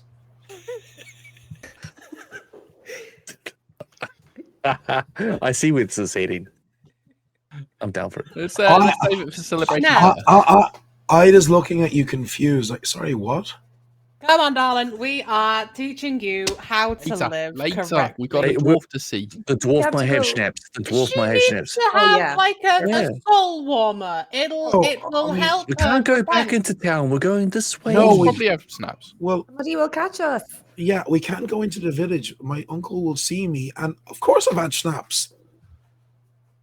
I'm Oh, 20 so years of world- age. She's a worldly woman, everyone. Oh, was it your birthday? I thought you were 19. No, you didn't know how old she was. You knew that she was like 19 or 20, but you didn't ask her how old she was. Yes. Yeah, Moirin, we don't know how old she is. I don't know what you're talking about. She's just my friend, okay? I've had schnapps. Why? My friend. You strike me as the kind of person that maybe hasn't had schnapps. I mean, of course I've had schnapps. In fact, I quite How- like schnapps. How have you had schnapps? Me too. I love schnapps. Are we saying this as we're walking towards the Yeah. dwarf's You're house? walking into the woods. Woods having an You're- argument about You're schnapps. walking. I mean, He's very easily led. I mean, I have been in the Vicelam on a number of occasions. You know, I myself and Isolde, that that's Fabian's wife, like, like we get along quite well, and I've sing in the church. So after some of the festivals and the holy days, there would be parties and celebrations in the Vicelam or out in the town square, and there would be food and drink, including schnapps. You know who else sings? And he's gonna kind of wingman hand over. Wingman. And Gibbs will poke his head up and be like, "It's me. I sing. Look." Over the goblin's head. My dear friend here happens to warble every morning. I'm sure you two could get on quite charmingly. Oh, you sing as well? I do. Beautifully. Nobody has ever seen wearing this animated before, by the way. No one. I do love to sing, not just in church, but also, other songs. Really? Yes, Like yes. songs about the sea? The sea, or the forests, or the wilds. Yes, the wilds. It's beautiful. How did you meet the Prince of the Wild Hunt? It's I don't know if he's blocker. I don't know if he's technically. I don't know if he's actually a prince. The first time I met him, in fact, he said that it was my voice that drew him to me. I was walking home, having visited an elderly farmer's wife who was unwell. The sun had set; it was nighttime, and I was singing as I often do, and he appeared to me. But I thought he was a ghost. I ran because he appeared as a knight in full armor, like the stories of old. A few nights later, he appeared to me again. Only this time, he appeared as a beautiful white stag. I was so breathtaking, and I actually, when I approached, he let me pet him. And then the night after that, he appeared as a man, dressed as in a hunter's garb, but with a white stag embroidered on the lapel of his long coat. And that was the night he gave me wildflowers as a gift. And we started meeting in secret at night because I knew my uncle would be furious to hear that I was courting any man.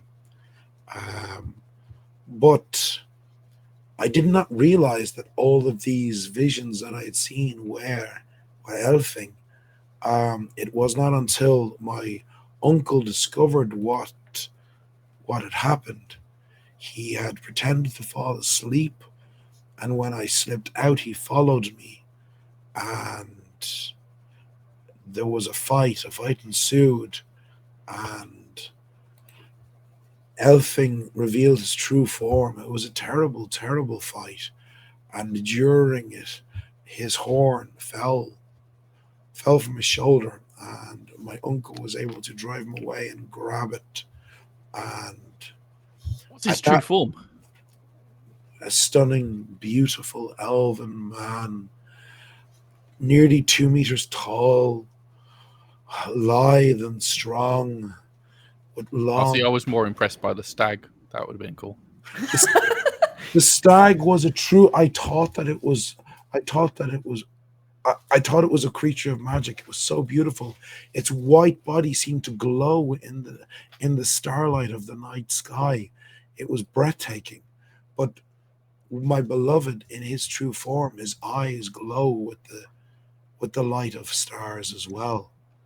And when this fight ensued, I threw myself between my uncle and Elfing, and I begged them to not fight, because my uncle is still my uncle. He is still family. I did not want to see him dead, but I also did not want to see my beloved hurt.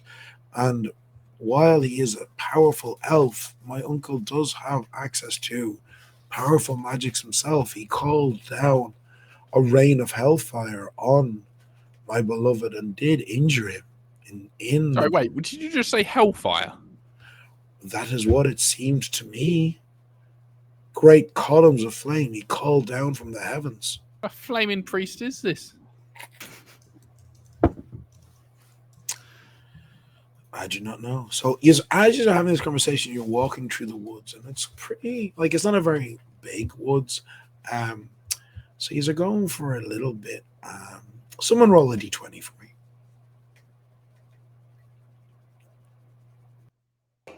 20, no fucking way! Ah! Let's go. What the hell is my second nat 20, you guys? Second That's crazy. Rig, your dice is weighted as hell. So- Wait a minute, those are all 20s on. So The power of love. you are traveling along for about 40-50 minutes, following the trail until you come into this clearing. And in the clearing, you see it's a strange sight. This beautiful, like, massive oak tree, but almost as if growing out of the side of the tree, you see this lovely, cozy house. Looks like a cottage, but as I say, it looks as if it is grown out of the tree. Okay, there is a well in front of the cottage. There is circles of wildflowers surrounding it. There's smoke rising from the chimney, and you can smell a beautiful smell of freshly baked bread or cake or something coming from the structure itself. What do you want to do? Lisbon.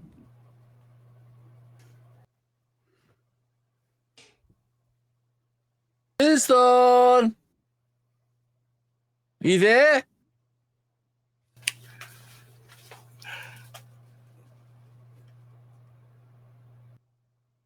Here? Maybe we go knock. Okay. As you step forward, going goes at a knock, a voice beside you said, "What? Who are you talking about?" And looking to your right, in what was an empty space, you see this small figure, looking like a somewhat ugly, curmudgeonly old man, hunched, slightly stooped form. He's got a long grey beard that goes down the middle of his chest. He's wearing a very, very beautifully made, brightly colored, rich red, embroidered waistcoat with a lovely royal blue jacket over it, and he's leaning on a gnarled staff as you see this dwarven figure squinting up at you. I was like, what's that half-giant oaf shouting?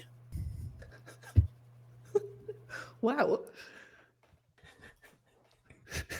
I was told this was the home of Isthorn the dwarf who battled the Father Leitner. Weissdorn. You'll have to excuse me. I'm not from this part of the world. Clearly. It's just an accent. I didn't mean any offense by it. It's okay, right? Let's go inside, shall we? Yeah. Cake I smell. Yes, well, gingerbread. Ooh. Ooh. Ooh. So, leaning heavily on his cane, he slowly is going in. As you get close to the door, about a meter from it, the door just opens in on its own, okay? And stepping inside, you come into this lovely, lovely, cozy living room. And it's like the living room itself looks to be the size of the entire structure that you were looking at outside.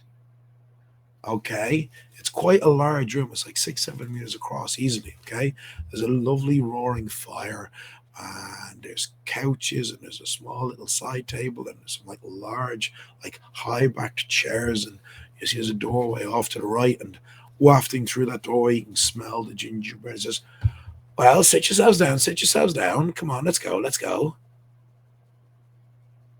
bump myself into a couch. So, well, would like some tea or something? I don't know. What do you want? Oh, grey, please, if you have any. Oh, yeah, yes, I do. Yes. Ida, do you want any tea? I'll have whatever is convenient for you, dwarf. And it's just a nice, respectful young girl. Very good, very good. Okay, we'll sit down. And he gestures in the direction of the of the kitchen.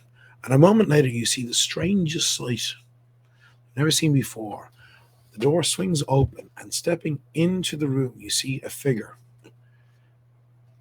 about average height for a human, but made of a mixture of metal, gears, and wood.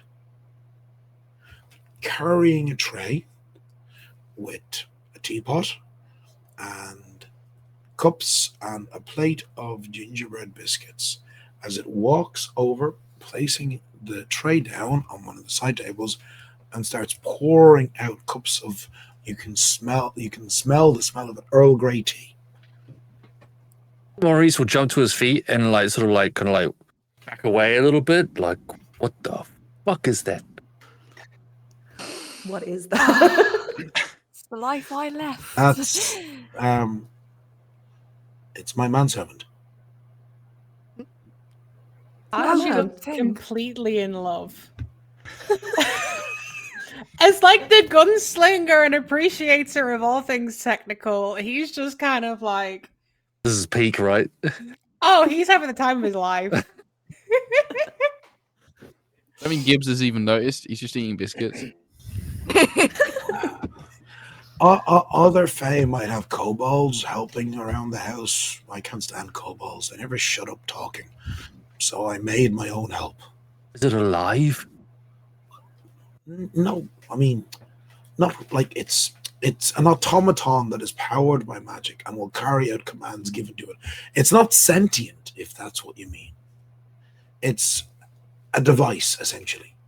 An exceptionally sophisticated device. Oh, It has no awareness of its own. No soul, if you will. no soul. No, it's purely an automaton. Okay. Yes. Okay. So, why have a bunch of odd... Wait a minute, and he looks at it. Are you the niece of that cursed priest? And her face goes flush as he says this, and she's kind of like looking down. It's like, yes, sir. Father Leitner, he is my uncle, sir. Dwarf, sir. Yes, I'm. Yes. You're a lucky shot at me. If I was 100 years younger, I would have. It would have been a very different story. So, Well, he was keeping her captive in the house because it's a long story, but we've liberated her. That's why she's here. I mean, I assume it has something to do with whatever, with what he's carrying, pointing at Gibbs. Yeah, Gibbs kind of stands up and his face is just shoved full of biscuits, and he just like pulls out the horn and like lifts it up.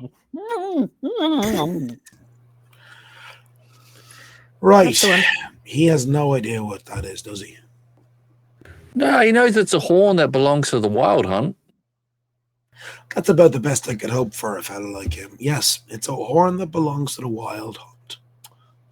It is an ancient artifact that you can use to summon the captains of the Wild Hunt. Well, that's where it gets complicated. Why do you all have a hunter's horn? Well, the priest had it before us. How did that man get his hands on that? Exactly. So we've done a good thing, I think, by taking it off. Oh, absolutely, yes. Yeah. And then we'll probably summon the hunt at some stage. When are you thinking of doing that? Tonight? Any particular time? Witching hour? Midnight? 1? Delightful. I'd love to see that. Perfect. Yes. Delighted. I'd love to see that. Excellent. That bloody priest can get his comeuppance. Hey, you got to give us the backstory of that, because we know that you guys had a fight. You got driven out of town. It was a lucky shot. Come on then, tell us. It was look, the first thing you have to understand about me is my kin. We are very powerful. We are extremely magical, but our magics are mostly revolving around alchemy and artificery. Do you understand? This priest seems to have practiced powerful astral magics to summon down bloody hellfire and the likes. And let's just say that many of the tricks, I mean, look, I honestly, it's my own fault. If anything, I was too bloody nice to him. I should have just cursed him. That would have been the simplest thing to do. I should have just blinded him and maimed him. Well, okay. I mean, unprovoked, that sounds harsh. What was your disagreement? Because I asked this of some other people, and I didn't get a clear answer. The disagreement was that he doesn't bloody like the Fey. That was the disagreement. Oh, they did say that, actually. Yeah, you're right. Yes. Racism. Basically, yes. So anyway, but if you are all summoning the Wild Hunt, you'll get his comeuppance. That'll be delightful. But what's his niece doing here? I look at Mirren. I think we all look at Mirren. Gibbs finally swallows and is like, "Oh, she's in love with the captain person, and he loves her." You are in love with a captain of the Wild Hunt. I said, yes, I am. Oh, and his face fills with this wide, almost menacing smile. It says, "This is wondrous. This is delightful." And these are good biscuits. Have you got any more? And he gestures at his automaton and he gets up and goes back in. He says, "No, you don't understand. That cursed priest will be furious about this. Oh my lord, this is absolutely, this is wondrous. You've made this old soul very, very happy tonight."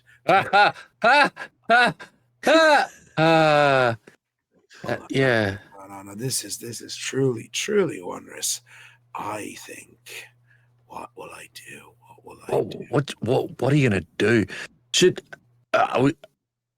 Will this get rid of the priest? Do you think the town's better off without this priest? Oh, without a question. I know. The people in the pub don't like him. No. And he gets up and he goes over to a corner and he's like rummaging around and he finds, there it is. And he pulls on a lovely little rosewood box and he goes over to Ida and he goes, "Here you go, my dear, for you and your love." And she opens up the box, and inside the box you see a pair of rings, beautiful, finely crafted silver rings, and they look like a pair of hands holding a heart with a crown upon the heart. Cladda. And now, one for you and one for your beloved. These are rings of heart's bond.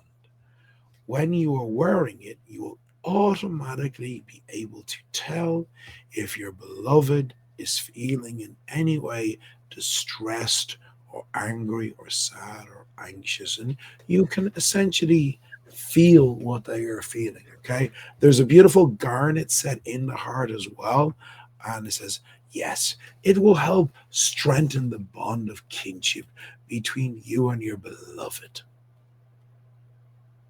And she's like her face flushes. She's like, "Oh, thank you so much. This is such a wondrous gift." It's like, no, thank you. Can I get a vibe check? Yeah, that was shady as. Absolutely. So this is an awareness roll. So you can use keen eyes or behavioralist. You could also use charm instead if you wanted instead. So, are you reading his body language, or is it more of a personal vibe that you're bouncing off?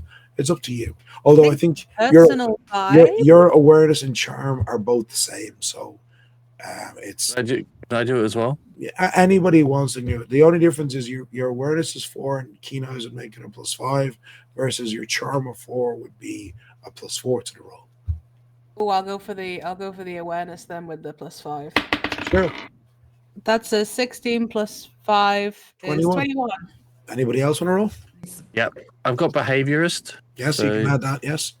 What's the plus on that? Do I add it to? So you're giving me, I would imagine you're giving me an awareness roll for this. Yeah, so it's a +3, is it? On that? +4. +4. 12 plus 4, 16. Okay, right. So the vibe you're getting is that this dwarf seems to be incredibly happy, gleefully happy to have heard that the niece of this man who he hates, who he fought because this man hates Fey, this niece is in love with an elf.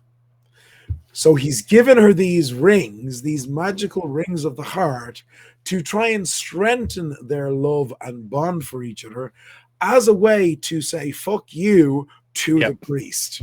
Seems legit. Yeah. Fuck your rings, love it. Yes. So it is taking a lot for Muirin not to just go yoink in front of everyone, just brazenly. But no, she doesn't do it. She's so good. I think Maury sees sees the twitchy hand. Side. Sorry, say again, Flo. For like elbows Muirin in the side. Yeah. I think everyone's like very similar, like ready to slap your hand away, get elbows in there. I know. Everyone Muirin is usually bad news. So we know what you like. You spend a little bit more time with Weisthorn. As I say, he seems to be very eager to see tonight's plan come to action. Of you summoning the wild hunt, and hey, Weisthorn, I've just got a quick question. Yes, is the legitimacy of Father Leitner, is it real? What do you mean, my boy? Well, when the old father passed away, and the church sent a new one, was it ever checked that? Oh no, he was no. The old priest just died of old age, and like parish priest dies, the church sends a new one. That's just normal within the Catholic. Yeah. But was it? No. Did the church? Do you know for certain that the church sent that guy? I mean, if they hadn't, we would have had 2 parish priests turn up, and that would have been a bit strange. What if he killed the old one? Yeah, I just No. People have said that he doesn't do healing magic. Well, to be honest with you, most priests can't do any magic. Oh, yeah. It's quite rare for a priest to be gifted with the arcane spark. Most of those who do devote their magical skills to the healing crafts. Right. But it would seem that Father Leitner rather focused his magical abilities on learning spells that could allow him to command others. Like he tried to use chaotic magics to control my mind in our battle, but he was unable to.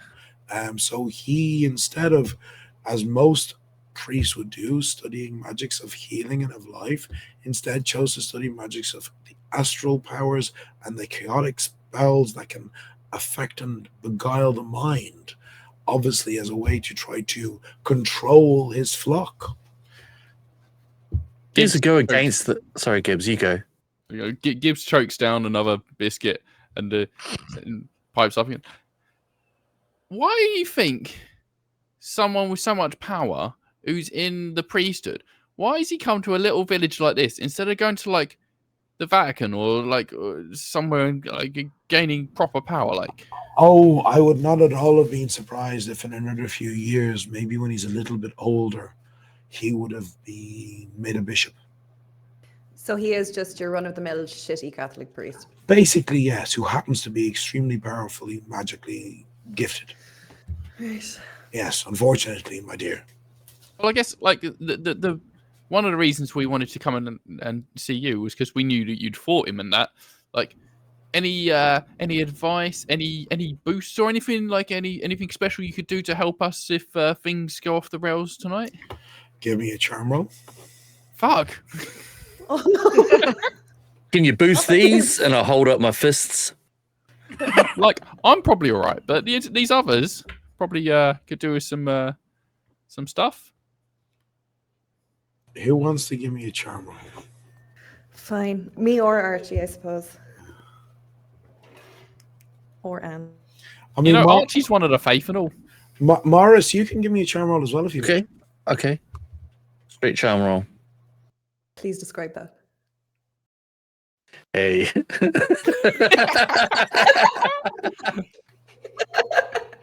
That's bad. It's a 9.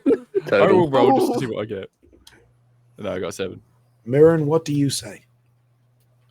Okay, so I got a 10 base. I believe you have a plus. I believe you have a +8 to your charm rolls. Charm of 3, +1 for persuasion, and +4 for wordsmith. That's +8. So 8. Fantastic. Yes. Great. Yeah. So what do you say? So we're looking for weapons and equipment, right? Right. Well, she pulls out one of her 20+ daggers and she's like, they're getting a little bit old, maybe a little rusty from so many years on the road. And since you're a very skilled artificer, I just wave my dagger over the automaton over there. Wouldn't it be great if you had a little project to kit us up a bit more? So what you're saying is you would like me to maybe give you an enchanted item that would help you in any possible battle against that cursed priest. Yes, especially against the priest. Well, of course, my dear. And he gets up and he goes over to one of the shelves and he picks up a beautiful dagger. And this beautiful, finely crafted dagger, you can see there's a number of like semi-precious stones in it. It looks like it's some garnet and some Hidian beautiful sheath, okay? And he hands it to you. So, my dear, this particular dagger, it's the dagger and the sheet share an enchantment together, you see. If you take this blade and you throw it at your enemy, it will automatically return to the sheath. So good. What the? You don't need those other 20 daggers now, do you? Yeah, one dagger now. So you so now, many dagger throwing moves as well for free. You now have a +1 dagger of returning. Oh, I am much obliged, kind sir. If you have anything for my friends that you're not using, they'd be very, very grateful, I'm sure. We could bring it back. Just a one-off use. I do have something that the big chap might find useful. That's me. Yeah, of course it's you, Maurice. Come on. It's not me, is it? So no, he wasn't talking about you. He goes over to a little side unit and he opens a drawer and he pulls out a pair of fine leather strips. And as he holds them up, you see they're decorated with various runes and with brass pins. And he says, so, and he looking at you, points at your knuckles. He says, you clearly use them a lot. I've seen some action. Yeah, you're very... Well, if you wrap these around your knuckles, it will be quite a shocking effect.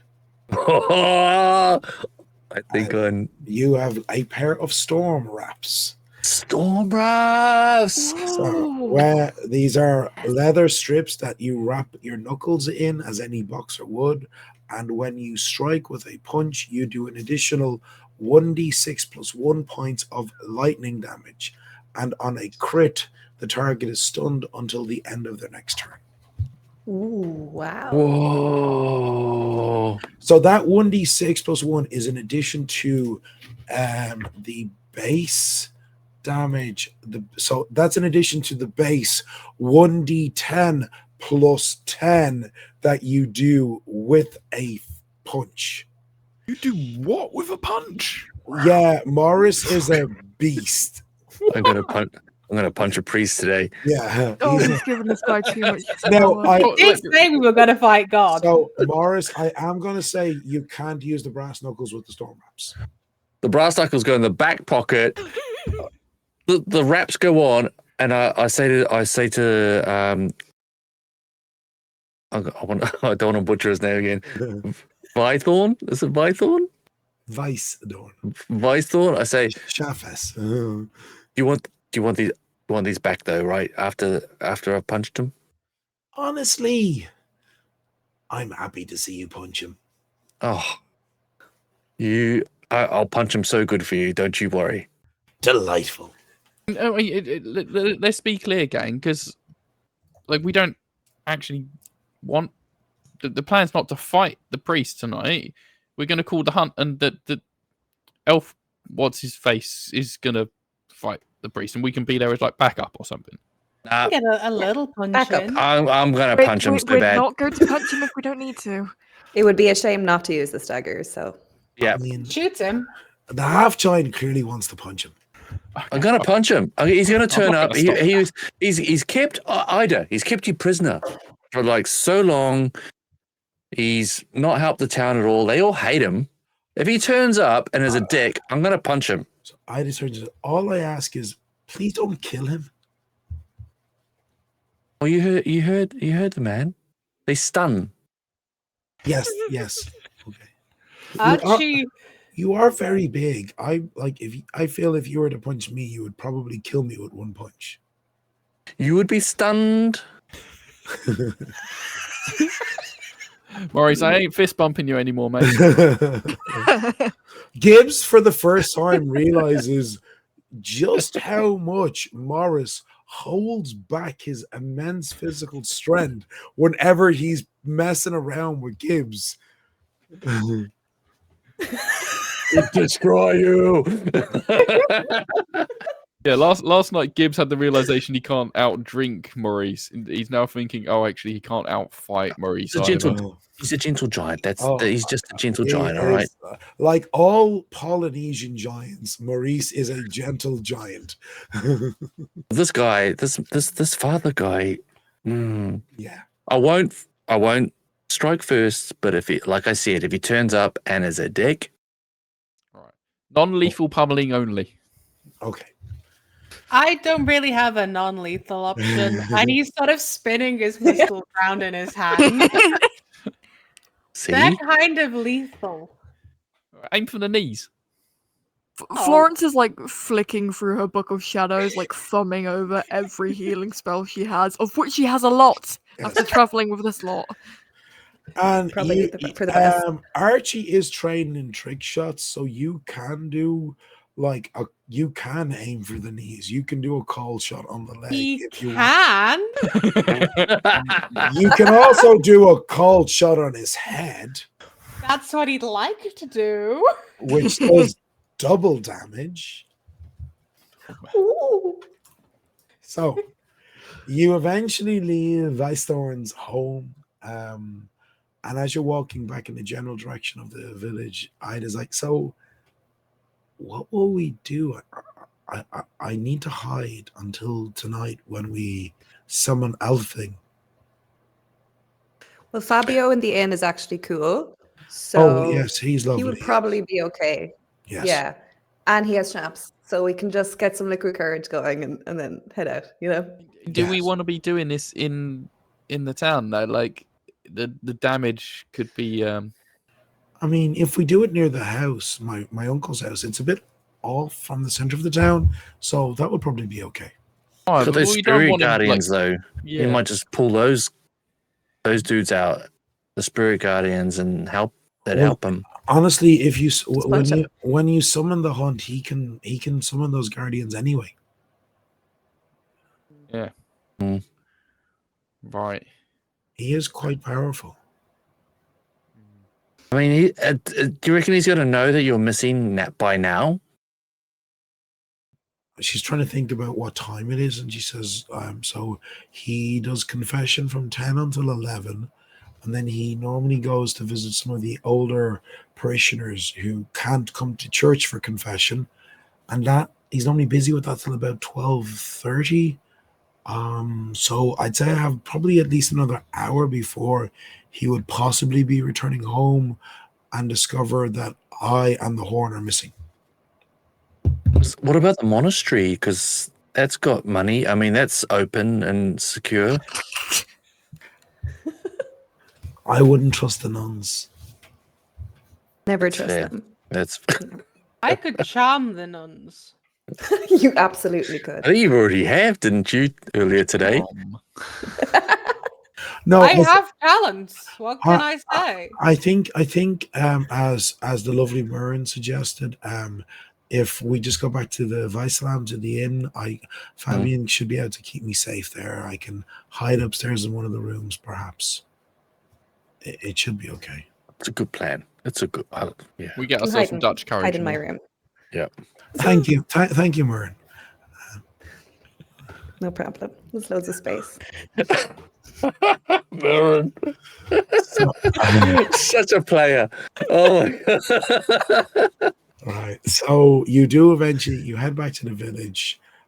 When Fabian sees Ida, he's like shocked and really happy to see her, but also looking kind of worried, like asking, how are you here? We thought your uncle was keeping you. And she points to the party, says, my new friends, they helped me escape, and asks, can she be hidden by him? He says, of course. I can. Oh, none of our rooms are free. They're being used by your friends. But Mirren, she can. Oh, thank you. So yes, I'll show you Mirren's room. And, No problem. Yeah, and he brings Ida up to Mirren's room, and like he sends up food and drink. Where is Mirren while Ida's in a room? Where indeed? In the room. No, I got to prep with my pals, so got to do some stretches. Get that. After about an hour or two, in the inn where you're killing time, Father Leitner does actually come storming in, furious, looking around. He's like, "My niece is missing. Does anybody know where she is?" Oh, Maurice is leaning on the bar with the schnapps in front of him. Does anybody know where she could be? And Fabian is coming up to him and he's like, Father, we have not seen her at all. But I will certainly let you know. I mean, as you know, my wife Isol, she's a good friend of hers, and she would be concerned for her safety too. This is very alarming. So I will be sure to keep an eye out, and I will tell anybody. And Father Leitner's like, thank you. Thank you very much. Kashmir. I appreciate it. And he seems to be genuinely convinced by Fabian's flawless bullshitting there, I rolled on that 20. So Nice. he's like, yeah. And he grumbles and he leaves angrily, obviously looking for his niece. I'll keep got the gift of gab. Yeah. Yeah. He does. Yeah. Yeah. So. Maurice was careful not to open his mouth. Right. So if you want, I guess you stick around until nightfall, yes? Yeah. I think we'll play some pub games, listen to some songs. Mm-hmm. Yeah. Gibbs Has keeps some on stew. almost getting overexcited and putting the horn to his lips in excitement. And Not at yet. the last second, Not like, yet, no, Gibbs. no. Not yet, Gibbs. Hold on. What are we going to do? Are we going to go out into the square and blow it? Because we shouldn't blow it in here because we don't want this place getting ripped apart, right? I'm gonna do it in a good space. go up to Oh the no! priest's house. Let's do it in the middle of the square where everyone lives. That sounds like a good idea. Yes, Florence. Sounds good. Wait, what? I have an idea. Archie says for the. Oh, no. To be fair, the last Here two we ideas go. you've had have been pretty decent. So Yeah, ask Archie's eyebrows that. Oh, I can figure something out with those. There's weasels that I can shave. We could potentially. There's weasels I can shave. Oh my gosh, clip that. I'm sure how that helps your eyebrows. We could go to the church because he's thinking if you shave a weasel, you could then glue weasel hairs back. Wait, in the church? Maurice is confused. So's Gibbs.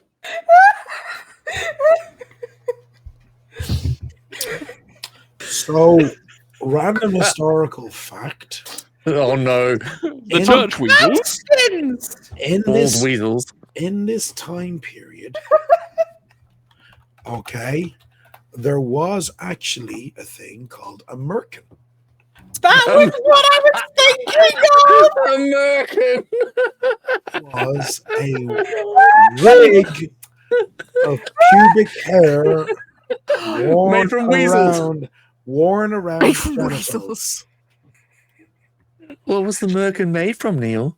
They were made from human hair, actually.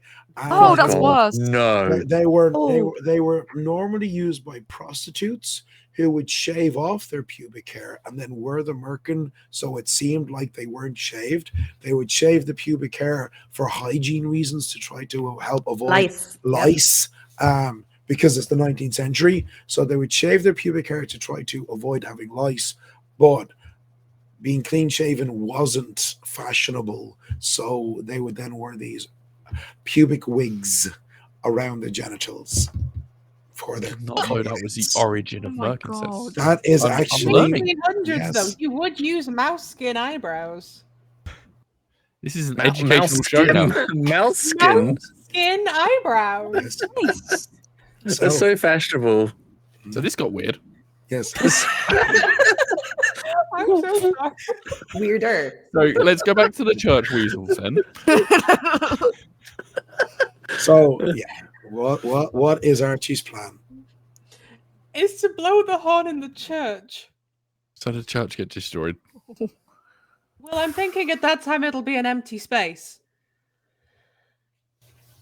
It'll be an empty, wide open space. There is a courtyard around it that will allow for... And also it's dramatic. When have we ever done anything by half? That's a great setting. That's a great setting. Very good point. Picture this. Picture this. We in the church, big old stained glass window, a little go like of the horn, straight through the... Oh, I could climb the bell tower. I could blow it from the bell tower. That would be pretty cool.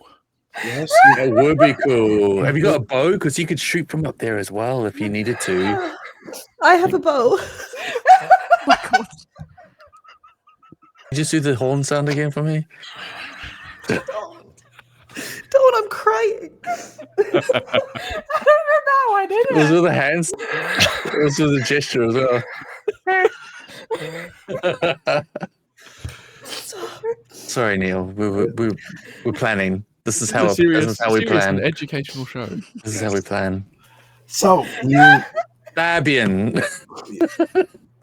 Fabian is looking a bit concerned about everything. He's kind of he's getting into the gist of your plan that something strange is happening, and is quite alarmed when you offhandedly talk about summoning the wild hunt. Okay, yeah. No, that's serious. We shouldn't do that. It's all right, Fabio. We got it all under control. Very well. Well, try not to die. Try not to be stolen by the Fey. Mm, Well, we don't want to get stolen by the Fey. we don't? It doesn't generally work out well for humans when that happens. Ah, well. Oh yeah, but we're Fey. Oh, we're all right. Yeah. Yeah, we're grand. Sorry, Florence. Yeah. Sorry, Florence. We'll put a good word in Florence. yeah. Wait, what do you know about you're this, with us. Fabian? Sorry? What do you know about this? Well, just the stories, that people being stolen by the fairies and going off to the Fey realm, and then they come back and they think they've only been gone a matter of months and it's been over a century, and the time catches up with them and they suddenly age and turn to bones and dust in front of their great-great-great-great-grandson. That sounds like they had a good time. Yeah, did they have a good time away though? The stories worth it, don't. yeah. The stories don't say. Don't know, Yeah, it sounds so- like Well, propaganda. that to me. definitely is worth it. Yeah. Yeah. Sounds like Okay. Anyway, let's go blow a horn. So eventually, about 11:30ish, everybody is finished up and left the pub. All right. So Myrn, you go up to get Ida. When you go into the room, you find she's actually fallen asleep on your bed.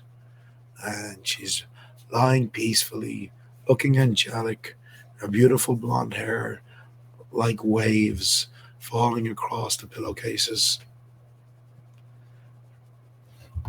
Probably just stands and watches her for about half an hour. Shouldn't she be back by Forget now? the We're like, it's getting Just stand on. there. Yeah, just dripping slightly, just like drip, drip, She drip. always is. It's okay. She Yeah. always is. Yeah, no, instead I'll go over and I'll gently touch her shoulder. Ida, it's time to go. What? Oh, sorry, I'd fallen asleep. Oh,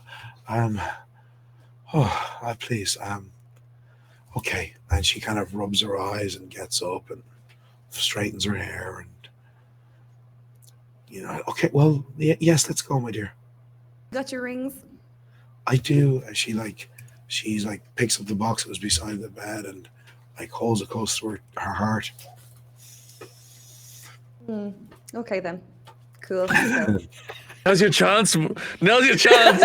This is it. This is the moment. She's on her own as well. How did we let her go up on her own? So, We were having snaps and talking plans. That's why. so you all head out in the direction of the church. Okay, when you get to the church, the door is locked. There's a big, heavy lock in set into the door. All right, look, Look at done. Gibbs. Here we go. That's a 29. Oh, geez. Oh my god! Bloody hell. Great, yeah. Show off. Not a problem. So, slipping inside, you find your way up to the stairs, to the bell tower, climbing all the way up to the top, getting ready to blow your horn. The rest of the party in front of the church, what is your plan? Are you going to hide? Are you just going to stand there? What do you do? You have Gibbs is up the top, kind of waiting for a wave or a signal from you all to blow the horn. But what are the rest of you doing? I'll probably get some high ground. Away from like I'll get up as high as I can inside the church. They're coming in, right? Like we're gonna be inviting them into the church. Well, Or I suppose the idea is that we're presenting Ida and the horn to the hunt, right? Yeah. yeah. For I think. sorry. You go. I was gonna say, for the thematics, would it make sense that we have Ida like up near the altar?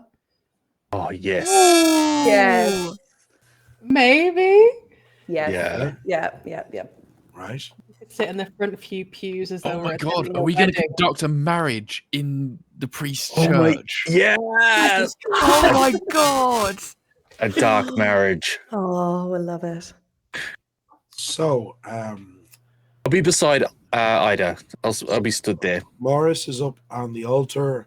Myrn is like, say, hidden beside the confessional box or something. Yeah, I can be Yeah. maybe even on top of it or something. I don't know. Or there is actually a balcony section up behind where For the choir. where the choir and the organ is. So Perfect, you can, yeah. if you want. Okay. Archie, where are you?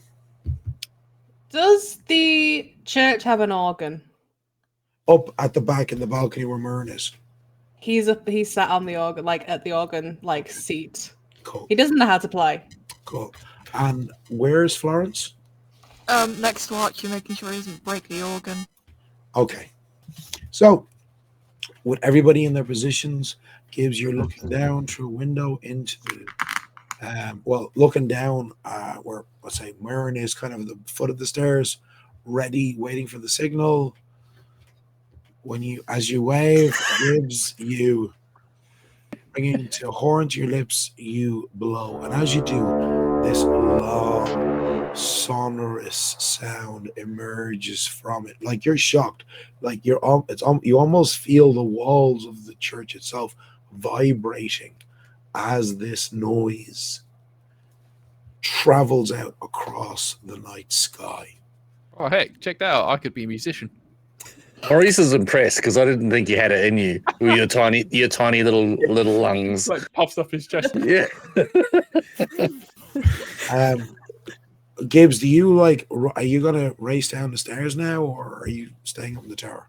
I think he's gonna wait and watch to see like the hunt is coming, and then he'll like make a move once he knows that they're here or something. Maybe keep an eye out actually for the priest coming as well. Well, so the parochial house obviously is really close to the church. It's like only about maybe 20, 30 meters from the church. And because obviously it would be, a parochial house is traditionally right beside a church. So as soon as you blast out the horn, you see moments later the door of the parochial house opening as Father Leitner comes rushing out, confused, furious, sprinting in the direction of the church. Priest coming, gang. Lock the door. Oh, is there any sign of the hunt as well? Not right now. Just lock the door. Just quickly. There's do that. Literally no one near the door. Oh, shit. Everybody is either at a balcony where the choir and the organ is, or at the opposite end of the church on the altar. Could Maurice sprint and close the door in the same time that the priest is running from his house? Give me a dex roll, will you? Oh no. Oh, come on, Maurice. Dex. Surely his legs are like 10 feet long. He's going to be there in 2 seconds. Well, He just reaches I've over. got a +2 on Dex. Does that mean just +2? +2. Okay. That's 7 total. Oh. Oh. What I will say is that you do manage to get to the door just as the priest is coming to, and he sees you as you slam it closed and pull the deadbolt across. But he did see you as you were all right. Okay. As he sees me, I'm just like, fuck you. So, what happens next is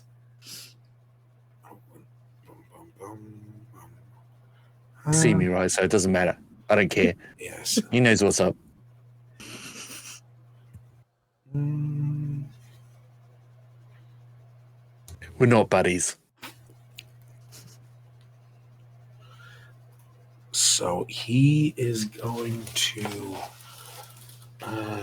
divine bolts, and he has a magic of 5. So I need 5d4. Excuse me, what? Oh no!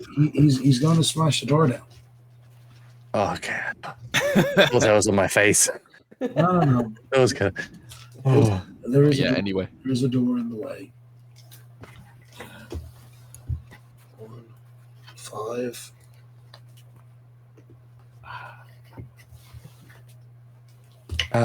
Just to our dear listeners, it's all about to kick off. So I'm hoping that everyone's ready to shoot, kill, maim. So you see a blast of radiant light similar to the spell that he cast on Archie hit the door, and it shakes and it shudders. It's still holding. And a moment later, he casts the spell again. That was much better. 7, 8. Gibbs is hanging out the tower still and watching the priest like doing this and 18. calls down to the others. I think he's using up some of his power at least. And the second blast of divine bolt strikes the door, and this time it blasts open and inward. Where's this bloody hunt?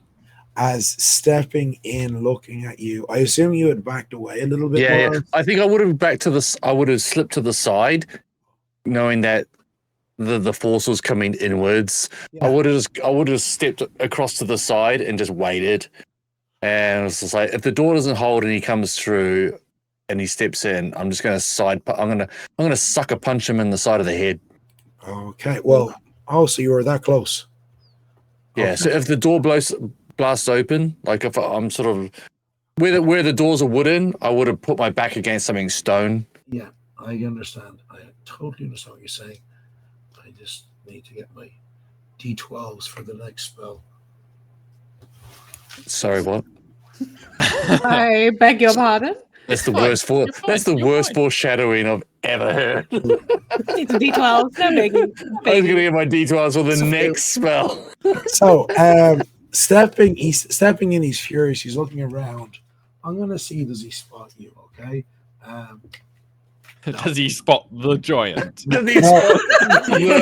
He's so furious and enraged. I rolled a nat 1. He doesn't spot the giant. So, Morris, I'm gonna say you do get a single punch on him. Okay. Maurice is hiding behind a candelabra. Yeah. Well, that was the light of the candelabra like blinded him, obviously. Right. Okay, I'm gonna punch him. Yep. You'll get a single punch, and then we're gonna roll initiative. Okay. Right.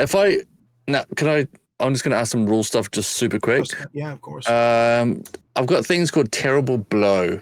Yeah. And quick attack. If I pick one, what does terrible blow do? Just quickly. Means that you do an extra 1d8 damage. Okay. Do I have to announce that I'm doing that? Yeah. And okay.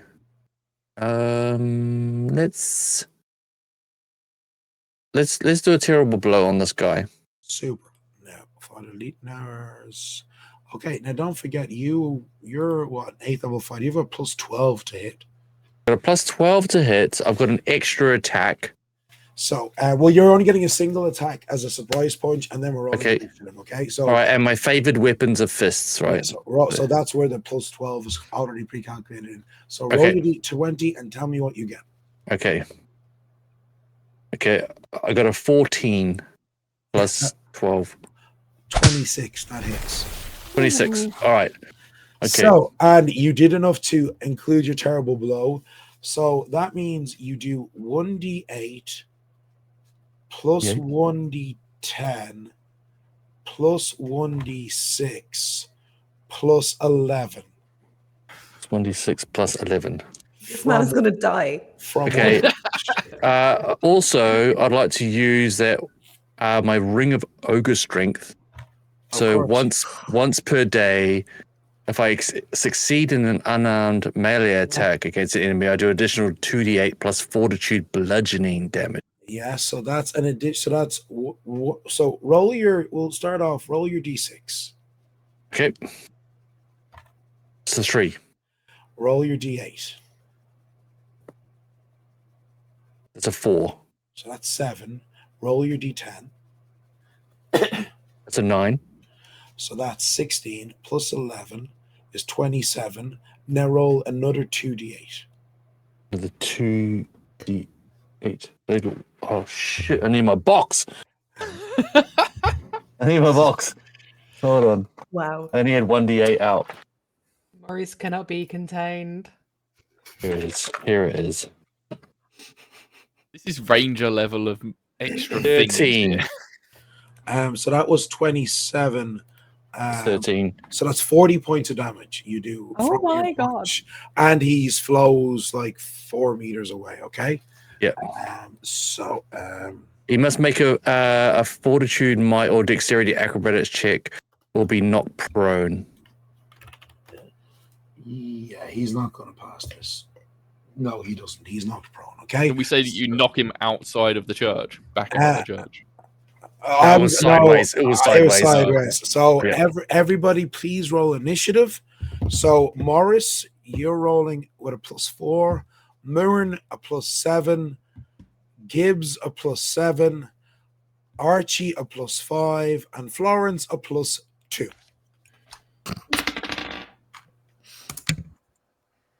Guys, I don't know how to say it. Another 920, serious? No, I actually, it's right there. Wow. Yeah, 3 nat 20s? 3 in a row. Oh, Fucking hell. It's all downhill from here, isn't it? Okay, so I've peaked. I've peaked. Gibbs, what did you get? I got a 19 total. Okay. All right. Morris, what did you get? Natural 1. Okay. Florence, what did you get? 11. And Archie? 17 plus 5, so that's 22. 22. Yeah. I Awesome. can do maths. Okay, right. So the first to act is Murren, fought with Archie on deck. So Murren, looking at you, see he's prone on the ground. You're like about 2.5, maybe 3 meters from him up on the balcony. So you're at the maximum range for your dagger, but you could throw it to hit him if you wish, okay? Oh, that magical freaking dagger? Which you have a plus 13 to hit with, I believe, if you have sneak attack. And I'm going to say, because he's not prone on his ass, he doesn't know you're there, so you'll get sneak attack with this attack, okay? Fantastic. So that'll be a backstab. Yeah, so I said you get a plus 13 to hit, and if you do hit, you will do 1d4 plus 8. Okay. So I'll just roll first. Yes. Okay, it's an 18 this time. That still hits. Oh, boo-hoo, it's Yeah. only an 18. I have such a bad reputation for rolling well. It's horrible. Go on, Alexa. Okay. Okay, so will I stay up there? Will I come down? I still have 2 blinks. So this is the thing. You have 2 minor actions, okay? You could use your minor actions to move, or you could spend your 2 minor actions to get an extra attack and throw your magic dagger that just returned to your sheath again. You don't get your backstab bonus with the second attack. It's only with the first attack because he now knows you're there. You could choose your minor actions to move, or you could you also do an additional 1d12 plus 4 because of your assassin skill. So you can roll again, plus 9 to hit and 1d4 plus 4, or use your minor actions to move. I'll throw. Super. A backstab would be okay with a throw, right? Well, you don't. You only got the sneak attack on the first attack. You get me? Yeah. So first roll damage on that first attack. So roll your d4 first of all. It's 4. Plus 4 is 8, and then roll your d12.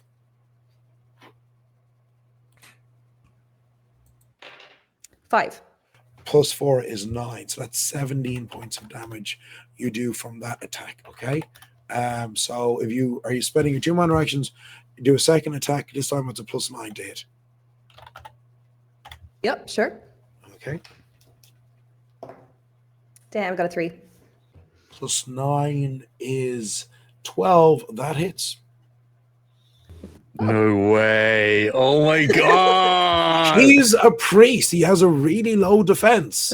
Yes. Fair enough. Cloth. All right, No then. protection. So the 1d4 plus 4. my enchanted dagger just goes Comes back, and because you have mastery in free throw and in knife throwing, you can draw a sheathed blade as a free action up to 3 times per turn.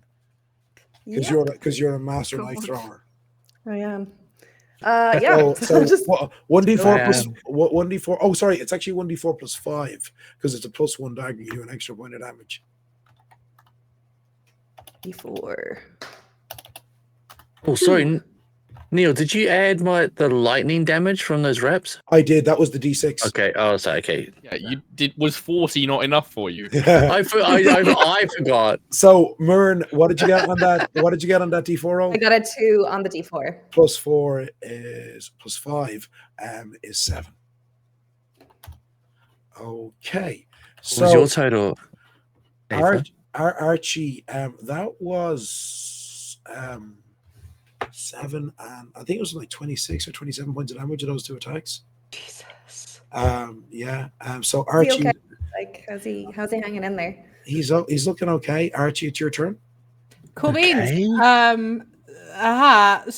Okay. So you get 2 attacks per turn with your major action, but I am going to be mean here and say that you explicitly said you were sitting on the organ, So you will need to spend a minor action to get your ass up and get to the edge of the balcony to see him.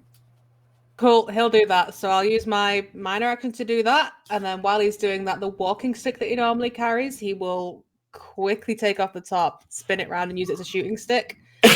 We'll sort of rest. It's technically a revolver that he's got, but Yeah. And then can I use my You could use your wielding? You could. So this is the thing. You have an extra attack. You get 2 attacks per turn with your major action. Okay. So if you want, you could spend your minor action to do an extra attack with your offhand mundane revolver, or you could use a minor action to do a trick shot. Whoa! I might do a trick shot actually. So you're aiming for his hand, yes? Yeah.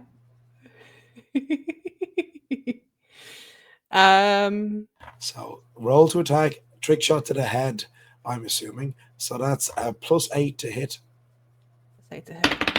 So that's a 10, so that's an 18. So that you hit. So now roll 1d8 plus 7. 1d8, what's a d8? That's a d8. You just get to, oh, okay. That's an 8. Okay, so that's great. So this is the thing. He gets to roll a fortitude or resolve versus your attack roll, and I rolled on that 20. So unfortunately, you don't get the double damage, but you did still get 15 points of damage with that attack, and you have a second attack with your major action. Cool. Can I just do a straight? Yeah, just straight shot. Yeah, so +8 to hit. +8 to hit. That's a 16 plus 8. Yep. Don't make me do quick maths. So 1d8 plus 7. 1d8 plus 7. That's another rate. Nice. Amazing. I'm gonna change that because I don't trust it. Okay, Gibbs, it is your turn. So you're up in the tower. Yep. Gibbs. Am I able to see the action from here, or do I have to climb down? You'll need to go down the stairs. That'll be a minor action to go down the stairs. Okay, so I'll go down the stairs quickly, and Gibbs is not going to be dealing damage because you lot have just done just ridiculous amounts. He's going to cast Lesser Hex. Okay, nice. Okay, so I do believe I get a fortitude roll to try to resist that. Yeah, if I'm reading this right, the target is 16. Yeah, thank you. Sorry, resolve roll, which I did roll very well, and unfortunately, I think he's going to resist that because, yeah, I rolled a 19. So unfortunately, he does manage to resist. But no, so unfortunately, the spell does not take effect because you're unlucky there. I happen to roll really well, okay? Yeah. Oh, actually, apologies. I was thinking of a different spell. He doesn't get a save against that. That's an automatic -2 penalty to an ability chosen by the caster. So you get to choose what one you think you would suffer from. Oh, right. I saw the number next to the TN and thought that was a target number. That's your target number for feats. So I mean, logic. Okay. The one I would recommend would be magic. Yeah, I was going to say magic. Yeah. Okay. Cool. Super. So so this purple chaotic energy flows from Gibbs's hands and strikes the priest. And he cries out. Okay. Now, I'm really worried when it's his turn. It is now Father Leitner's go. Okay. So minor action getting up, cries out. So Florence, you're up near the altar, aren't you? I think so, yeah. So this is what happens. Standing up, he cries out like, "Curse you all, you sinners. You will feel the wrath of the Lord."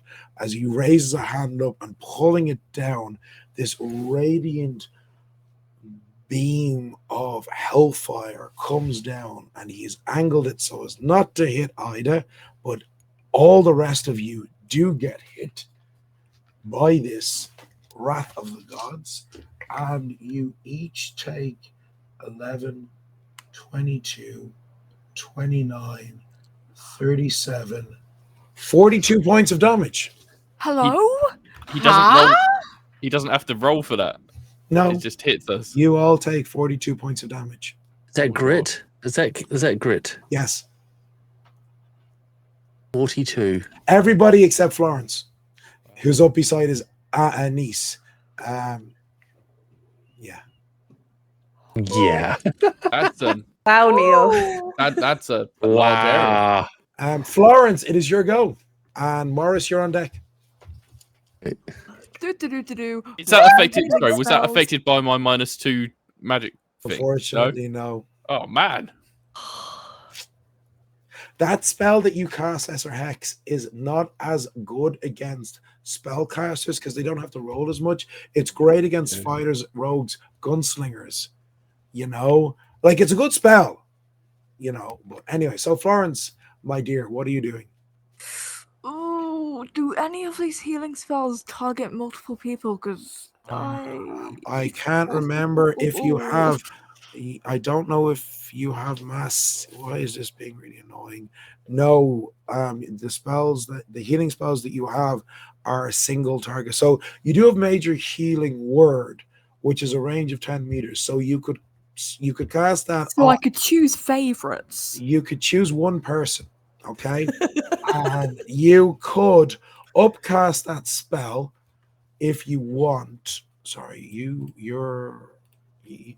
why do you use this? What spells have you cast so far today? You haven't cast any You spells. only cast cantrips, haven't you? Yeah. I've cast a cantrip and So, so you should be on max mana, okay? So okay. Yeah, so if you want. No, because I cast the wind spell, didn't I? Oh yeah. Oh, you did. Yeah, that's right. You cast, what was it? You cast Greater Wind Blast, but that's only 4 mana. Okay, so so you can cast Major Healing Word. If you wanted to, you could spend up to 16 mana and heal somebody 4d6 plus 4. So at a cost of 4 mana, you're healing somebody 1d6 plus 4, and for every 4 mana you spend above that, it's an extra d6 to a max of 4d6. Yeah, fuck it. Who's got the lowest amount of grit here? Like, who's the most damaged? Probably, I'm gonna assume it'd be Murin or Gibbs. So Excuse yourself. I'm the second highest. Are you? Oh, actually, you are. Apologies. But yeah, Gibbs is in a bit of a. Gibbs is on a scale of 1 to 58. Gibbs is a 16. Gibbs is looking crispy. Yeah, definitely. Gibbs is like, oh, I'm up on the tower. I'm fine. Why is my skin falling off? So a little flame on his top hat. So I assume you're. How much mana are you spending, Florence? Yeah, I'm spending little 16. All 16. Yes, so that's 46 plus 4. It's a nice healing spell now. Effective range of up to 10 meters, so you can be like pretty far across the battlefield and still help an ally. Wait, are you spending all your mana on this? No, just a chunk. No, I've got loads of gonna mana. say. No, like you still have a decent bit left. Right? I've got mana to waste, mate. I'm fine. Oh, cool. All right. I rolled 4 threes. That's a really so that's 12 plus 4. Take it. Plus I'll 4. take it. Okay, you're healed 16 points. You've now doubled your grit points. So, Morris, it is your turn. Father Leitner, he is standing 3 meters from you. I've just seen him. Did he stand? He stood up as a minor action. A minor action to stand up. Okay, and he didn't move. And then just called down the wrath of the gods upon all of us. That's what the spell is called, the wrath of the gods. Is it really? Yes. Oh my god! Wow. Well, let's hope he can only do that once. No. No. Okay. Do you want to know how many more times I can cast that spell? Yeah, go on if you're willing to share. Shit. Okay, I need to ask a rules question. Of course.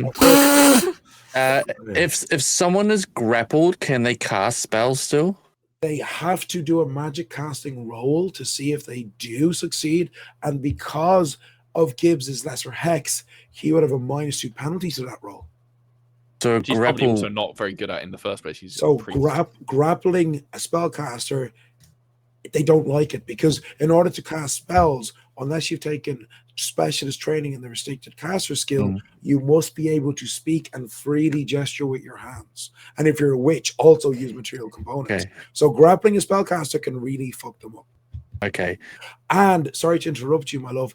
That's when right. they are grappled, you can still pummel them. You could have them in a full mount. And Really? yes, Oh, really? you're a pugilist. So you could minor action close on him, second minor, and then major action spending your other minor punch with the hope of grappling. Yep. And then you get 2 attacks per turn with your major action. While he's grappled, regardless, you still get a second punch in. Okay, well, I'm glad you actually said that I could do all those seeds because the idea was to get close and look at my friends and like I'm just gonna grab this guy, and if I can smash him while I'm grabbing him and stop him doing that again, that is perfect. Yes. So minor action, and then you close in, and you are going to swing, and you're spending your second minor action to attempt to grapple. So roll to attack. Okay. With your +12 to attack. Okay. So I just stomp over. I'm like, because I'm still smoldering from flames, and I'm just like, and just stomp over. Okay. So lightning knuckles. Just please do not roll on that one. Okay. Here we go. Literally, if you roll a 2 or higher, you will roll high enough to do this. Oh, I rolled a 3. Oh my god. You rolled a 3 plus 12 is 15. Okay. He has a defense of 11, and the grapple feat costs you 3 feat points. So you had to roll a 14 or higher. So you hit him. Right. Roll 1d10 and 1d6. 1d10, 1d6. Okay. That's a 9. Total. Yeah, there's an 8 on the 10 and a 1 on the 6. Plus 11 is 20. Okay, 20. Okay, so he is now grappled. Just give me 1 second. I need to check something. I've got a +3 on my grapple. No, this is a different thing. I need to check. Bum, bum, bum, bum, bum. So you don't. So a grappled, this is to explain the grappled condition in Fey Earth. A grappled character cannot move. A grappled character loses their minor actions and reactions. Okay. Each turn, the grappled creature can use their major action to attempt a fortitude or dexterity roll to break the grapple. They suffer disadvantage on armed melee attacks and ranged attacks, although unarmed attacks are treated as normal. If the grappled target attempts to cast a spell, they roll a magic roll at disadvantage. That's a -5 penalty. Father Leitner has a magic of, I believe it's 5, which would mean he's just rolling a straight D20. Natural. But because he's hexed, he still has a -2 on that. Nice. Okay. And if they fail their roll, their mana is still spent, but the spell fails. Once grappled, the grappler must spend minor actions. Normally must spend minor actions to maintain the grapple, unless they are a pugilist who has the grappling feat. I do. If you do, then you only need to spend 1 minor action. So I've still got a minor action left? Well, no, you spend a minor action to move and the other minor to grapple. You do still have a second attack with your major action, though. So roll your D20 for me again, and it's +12 to hit. This is because this is just pure punching him in the face, right? Yes, and this time you actually can't miss because he has a defense of 11. So even if you roll on that 1, you get a 13 and still hit. What's my bonus on that? +12. You're basically right now just rolling for a crit. You're rolling to see if you crit because you can't miss. That's a 27. Sorry, but you still do 1d10 plus 1d6 plus 11 points of damage. I told you I was going to punch a priest today. That's a 8 and a 4, 12. Plus 11 is 23. 23. So, as you pummel him, grappling, and strike him once and then a second time, you hear a gleeful laugh. As glancing over, you see Weisthorn standing there, clapping at you as you're pummeling him. You also all hear the sounds of horns and the hooves and dogs baying from across the sky as the wild hunt is swooping in on you all. We are at the top of the initiative order. Marin, it is your go. About bloody time of that. Oh, can I do, with the punch? Do the knuckles like they flare up as well with lightning? I'd like to say this is just one round of combat. I was last, wasn't I? Was I last you were in the round? last. You're the last. We've just done one round of combat. I'm imagining Maurice has him like nugging him. Yeah, lightning noogies. Boom. And Boom. you in one round of combat, you guys have done 138 points of damage. This guy is built. This guy. He's still up. Marin, it's your go. Yeah. Do you want to just throw? Yeah, I guess I should. So because he's grappled and you have an ally adjacent, you get your backstab, you get your sneak attack. So plus 13, plus 14 to hit. I got him, guys! I got him! 20 total.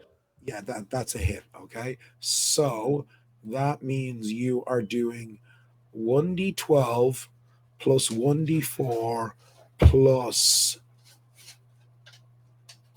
13. 1d12 plus 1d4 plus 13. Yes.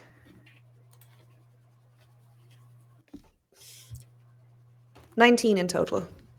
Okay. Archie. Yes. Hang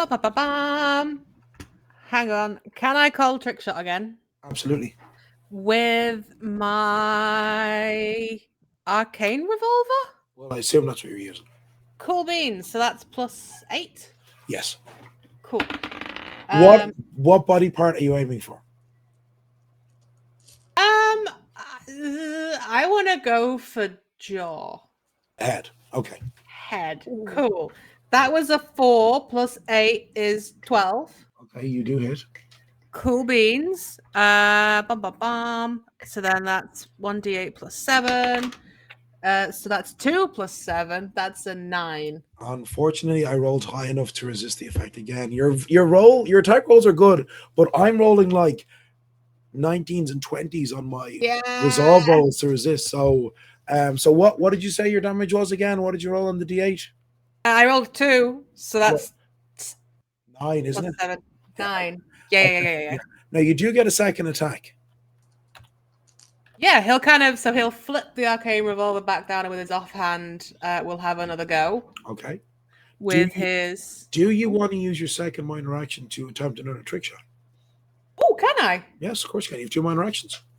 Oh, yeah, I'll do that. Going for the head again. Absolutely. I think.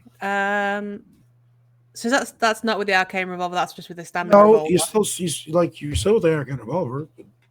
There's like 100 bullets in the thing. Oh, okay.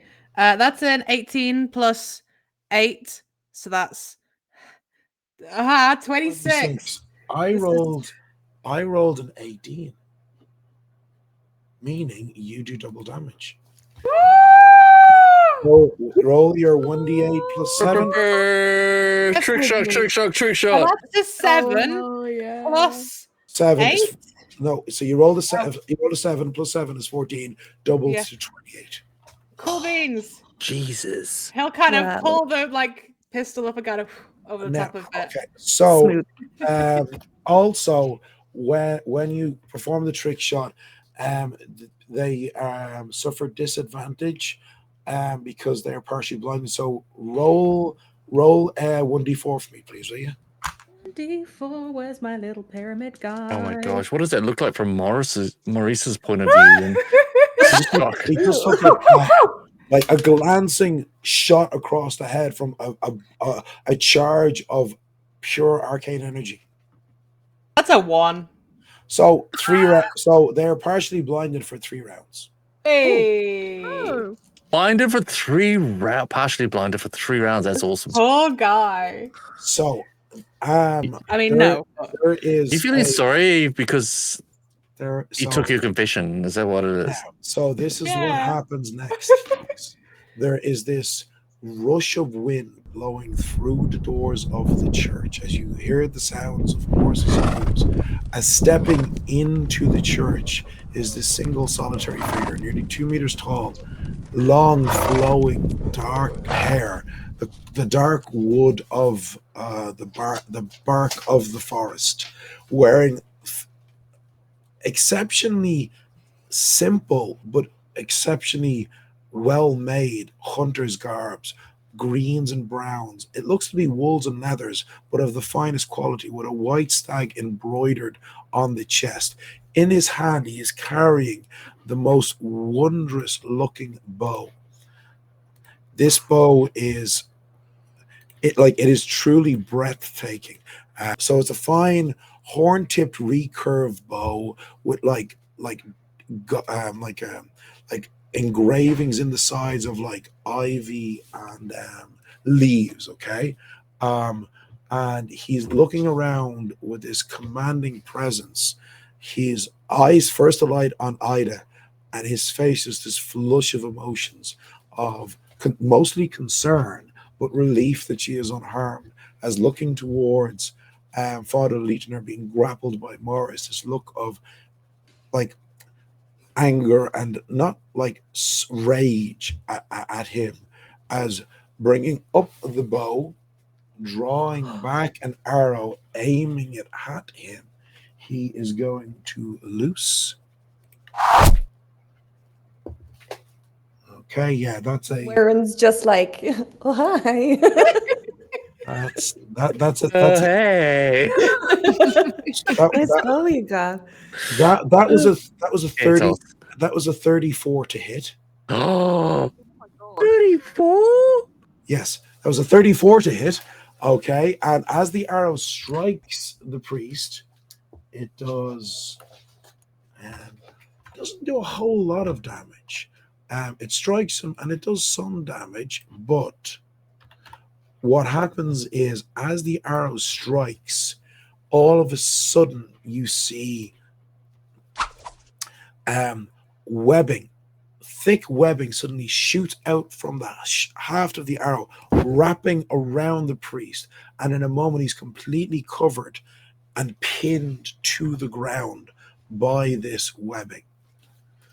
Does this also get Maurice then? No, no. Somehow goes around the priest. It goes Gets around the under priest. priest's arms. Frodo I've been moment in the web. she-lobbed.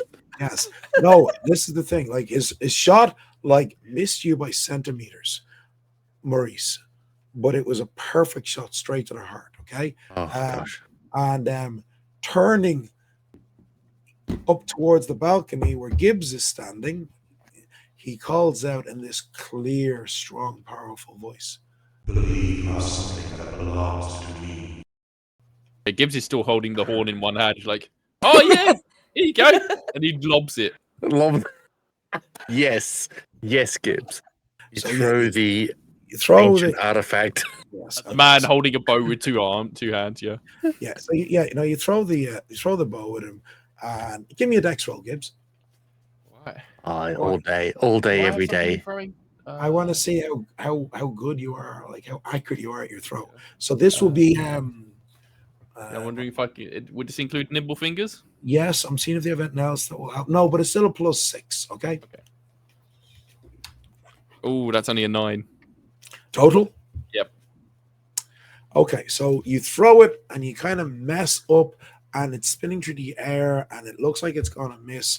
And 1 minute the elf is standing there, where is the arrow, and then the next minute you don't even see him move, but he's suddenly 3 meters in front of where he was, hand out as the horn lands perfectly in his palm. Oh, what a throw! So cool. Great throw, Gibbs. As Ida comes running down towards him and turning, as she gets him, she launches off in the air and with his other arm, because he still has the bow. What you actually do is he slings his hand through the strap of the horn and then just grabs her in his arm and pulls her. He says, I was so worried about you, my dear. I wanted to come in. I wanted to save you, but I had to respect you. And I know you told me not to harm your uncle, but I think we're certainly free of him now. And she's like so happy. She reaches up with the box and pulls it open and like takes out a ring and hands it to him, and he, taking the ring, puts it on her finger, and then she takes the other ring and puts it on his as he pulls her in for a deep, passionate kiss. And Father Leitner is like, he is enraged. He said, no, you cannot do that. You cannot do that. You cannot. Shut up. Got some web in his mouth. What you actually see happening instead of that is, as he's crying out and saying this, you see Weisthorn reaching out and gesturing as the stone around the priest from the ground suddenly comes up and wraps around his mouth, gagging him as he screams out. Stone gag. As he turns to you, as the dwarf turns, and he says, my lord elf.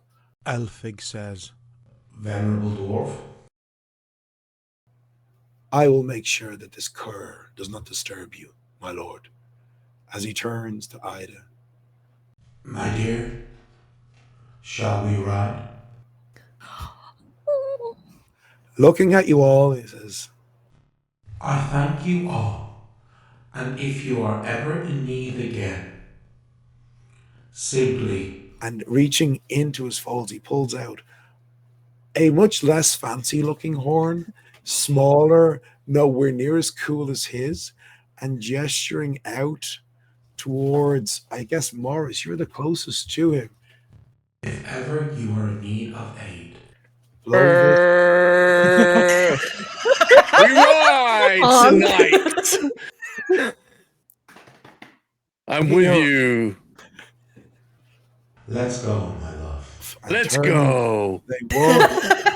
They walk out through the doors of the church, and you guys can't see this. Morris can see this. You guys are up in the balcony. Morris seeing him lifting her up onto this beautiful white stallion and leaping up.